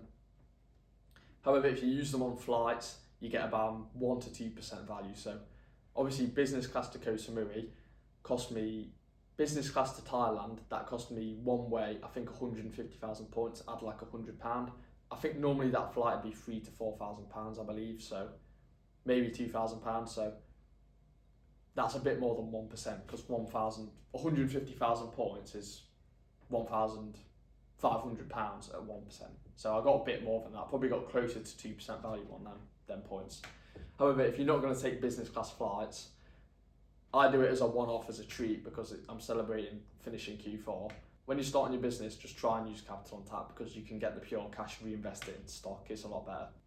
But yeah, anyone young, normally, if you've got a family, obviously you can't live off this, but anyone young can normally live off the Top Cashback alone. Even for the holidays, people sometimes do all the holidays. I've done all my holidays this year just on Top Cashback and credit card points. Okay, so now I'll go into how to scale quickly, and I'll also show you a case study of someone that I've helped, one of my clients called James. He started 6 months ago and he's already scaled to 4 to 5k profit months and also quitting his 9 to 5. So I'll start with the case study and then after that I'll go into exactly how I recommend you scale. So do you want to start with telling everyone how you got started on Amazon, what got you into it, and what interested you about Amazon? So I got started on Amazon about 4 months ago by, I seen a load of TikToks saying how easy it was in promoting Discord servers. So I joined a few of them, but I was just, everything went to zero profits. So I know I needed to come across some new sourcing strategies, which is when I found Tommy, who helped me a lot, especially with RA, for example, which helped me smash higher ROIs than I was before, obviously, with the groups providing pretty much nothing. Yeah. And I was always interested in Amazon because I found it easy to sell things. Like I've always sold growing up, shoes, for example, and Amazon just seemed like the next step up from that. What chose you to actually step up from selling shoes? Why did you decide to move into Amazon? Um, the shoe market sort of died almost, and I was not making that much money from it anymore compared to what it was like. So I thought it's time to do something different, and Amazon's got a lot more potential with it being selling anything compared to just selling shoes. Yeah. What was, in comparison to the shoes, what was like the best profit item you sold with shoes? And then what was the best profit item you sold while you've been doing Amazon? So from shoes, it was more one unit of an item I made a lot of money from. I made about 500-600 quid from one pair. Whereas on Amazon, I'm only making on this item £5 a unit, but I've sold 500 units. So I've made, even though I'm only making a little bit on one unit, just the quantity that you can sell on Amazon is completely different Yeah. compared to shoes and other stuff. 100%. And what's like the best ROA product you've had? What's the best return ROI you've had on an ROA product? About 2 months ago, I bought 100 units out of it. It was a calculator. It cost me £10 and I was making 100% returns on it. So I made £1,000. Where was that from, you're allowed to say? Yeah, it was a while ago now. It's from Tesco's. Oh yeah. And do you use my strategy for getting them from as many stores as possible? How many stores was that from? Yeah, that was over about 9 different stores. Perfect. So you've recently quit your 9 to 5, is that right? Yeah, that's right. I was working at a tile factory for about 8 months. It was all right, but when I started juggling Amazon alongside it, it became a lot to deal with, and it got to a point where I was making more from the Amazon than I was my job, and I had to choose between one or the other, and I chose my Amazon business, of course, and now I'm making 3 to 4 grand a month, which is significantly more than what I was at my job anyway. So clearly a good decision. Do you think Amazon's easier to run than what was you doing at the tile factory? What was the work like? Just operating the machinery, a lot of just manual labour, to be honest. Anything that they could have us doing. So yeah, it's a lot easier to run. A lot more thought going into it, of course, but then it's a lot less physical, so it's a lot nicer and a lot less time consuming as well, of course. Good to hear. Right, and what made the main thing that I have with people is that they're on the edge of starting Amazon and they won't take the leap, they won't take the first step of setting up the company, setting up the seller account. What made you decide like you'd had enough and you was finally going to make the seller account and get started? I couldn't be bothered to keep working every day, and I wanted something else in my life. I couldn't. I love working, but I couldn't work a dead end job for the rest of my life. I needed something to escape, essentially. That's pretty much it. And what's been the main benefit for you think, so far of working for yourself? Like, what do you like the most about it? What do you maybe not like about it? What's the positives and negatives? The working from home is a big positive. Not having to wake up at stupid o'clock in the morning, freezing cold, go get to a job on site. Yeah. Whereas I just wake up, get out of bed, and can just work. It's a lot easier. Obviously, there's a lot more upside potential to working for yourself as well. I can make a lot more money, and yeah, that's pretty much it. Yeah, I remember when I used to go to work. I used to get up at like 5:30 in the morning. Winter, just be freezing cold. My toes were just completely black by the end of Christmas because I was getting in the shower every morning at like 5:30 when the heating didn't work in my house. And yeah, as soon as I was working from home, I get up at like 11 a.m, go to the gym. It's already warm, and yeah, it's just way better. So a lot of people are going to be wondering, you started with 3k, how are you already making 3 to 4k profit a month after 3 months? Just because a lot of people I warn them at the start, it takes a long time to build up. You know, if you're starting with 3k, you might make £500, 1k profit on that in your first month. Keep reinvesting it. It could take 6 to 7 months normally to get to 4k profit. How did you do it in 3-4 months and quit your job that early? So the first month I was just learning mainly, and obviously I spent a lot of time to spend all my money, but I spent it all quite quickly, and I was still finding products. So I spoke to Tom, and he told me about this government loan. So I looked into it, and it was 25 grand, and it was paying back over 3 years, which is really good, and it was really low interest as well. So it helped me set that up, and it helped me just buy a lot more stock so that I could help make a lot more profit, of course. So if anyone wants an even smaller payments, smaller monthly payments, that's something I can help with. So I walked you through the stages of that, how you do each step of the process. Obviously, it's quite a complicated thing to get the government loan because they're a pain in the arse about it. They try and make it difficult, but if you know how to do it, you can get it done quickly. So where do you want to be in 3 months and where do you want to be in a year? So I want to be making 6 to 7 grand at least in the next 3 months, and in the next year I want to ideally push it to 10 grand. That's maybe very ambitious. I'm not sure yet. There'll be a lot of issues in the way, I would hope, but That's honestly hopefully that's so. definitely achievable in a year, 100%. In my opinion, you can hit that in a year, especially if you're already at 3 to 4k profit months now. Another 6 months, you'll be getting to that no problem. One of the main reasons why is because you've got that funding behind you. You've got a good amount of capital behind you. It's definitely reasonable. And the only thing that I see hold people back is if they get complacent. They give up once they're happy with an amount you're making. Do you think you're going to be able to push to that? Is that something you're going to be able to work towards? That's my goal. Obviously, I hope so. I won't give up until I reach that. Once I'm there, I'm happy, but until then.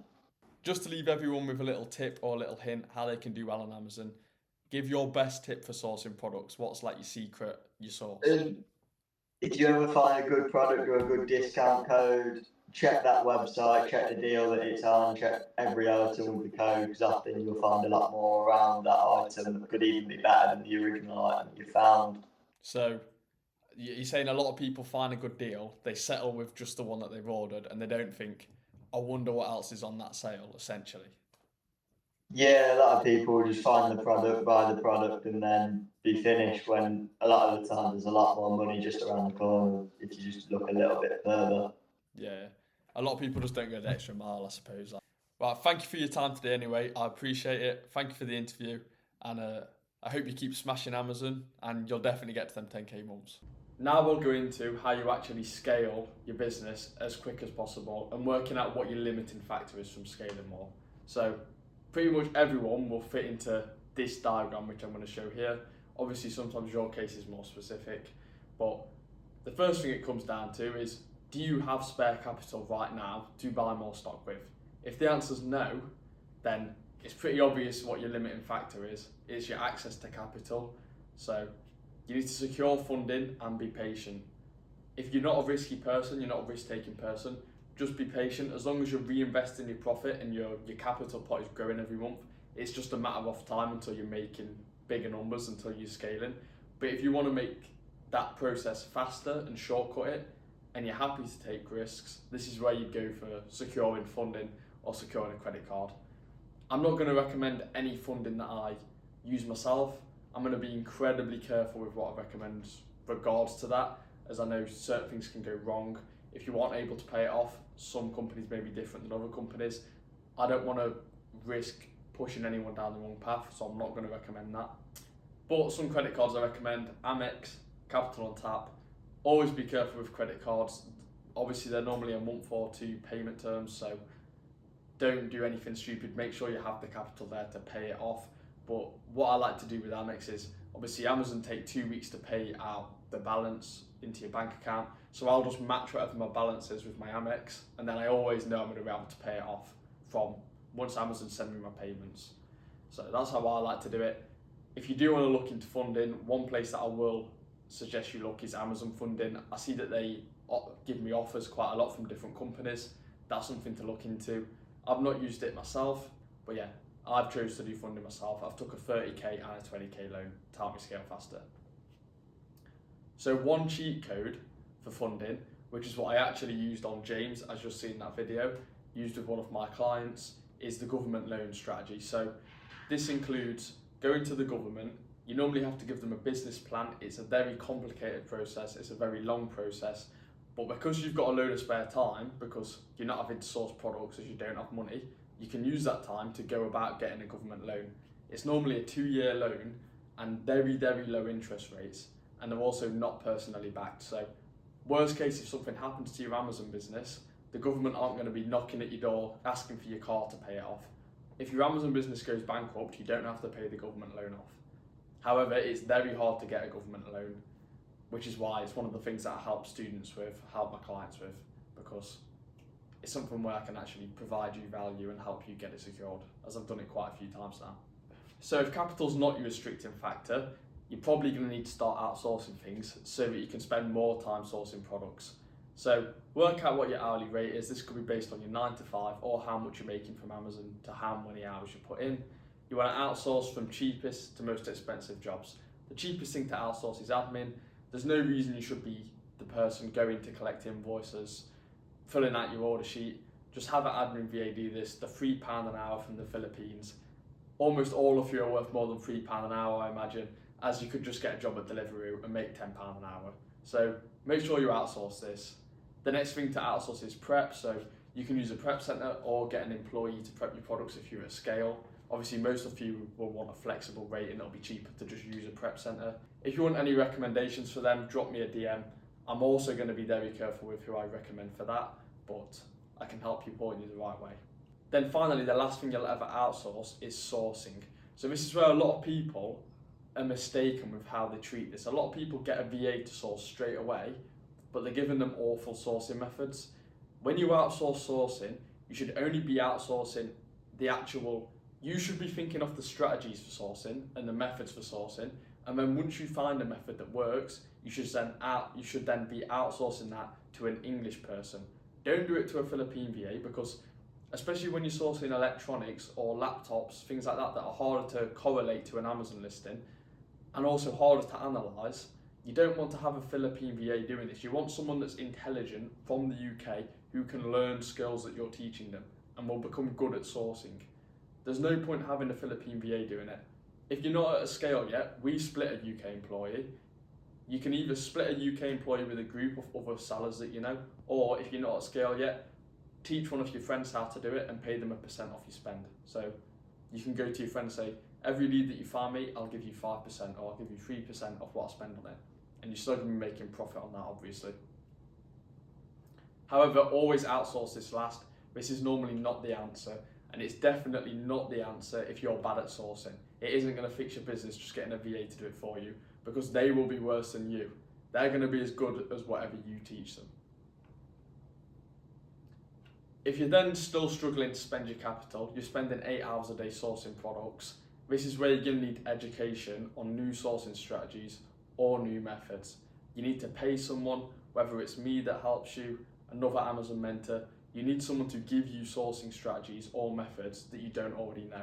Because if you're already exhausting your current methods, you're checking every single thing you can be with your current methods, and you still can't spend all your capital, you clearly need new strategies. So this is where reinvest some of this spare capital you've got into education, and that's what's going to scale you to the next level. So it's always going to be either you've not got enough capital, you've not got enough time, or you've not got a good enough way to source products. Solve one of the 3 limiting factors and you'll scale until you hit one of them again. And you keep dealing with it, you keep solving the issue each time you hit the cap, and you will infinitely scale. For example, once I've exhausted OA and all of the sourcing methods in OA, I will then look into wholesale. And if I don't know a way to source methods for wholesale, I'll pay for education for wholesale, and so on. And that takes me to the end of this video. So if you've watched this entire thing, fair play to you. Most people, I don't know how long this video will end up being, it'll probably be an hour minimum. Most people are not going to watch through this entire thing.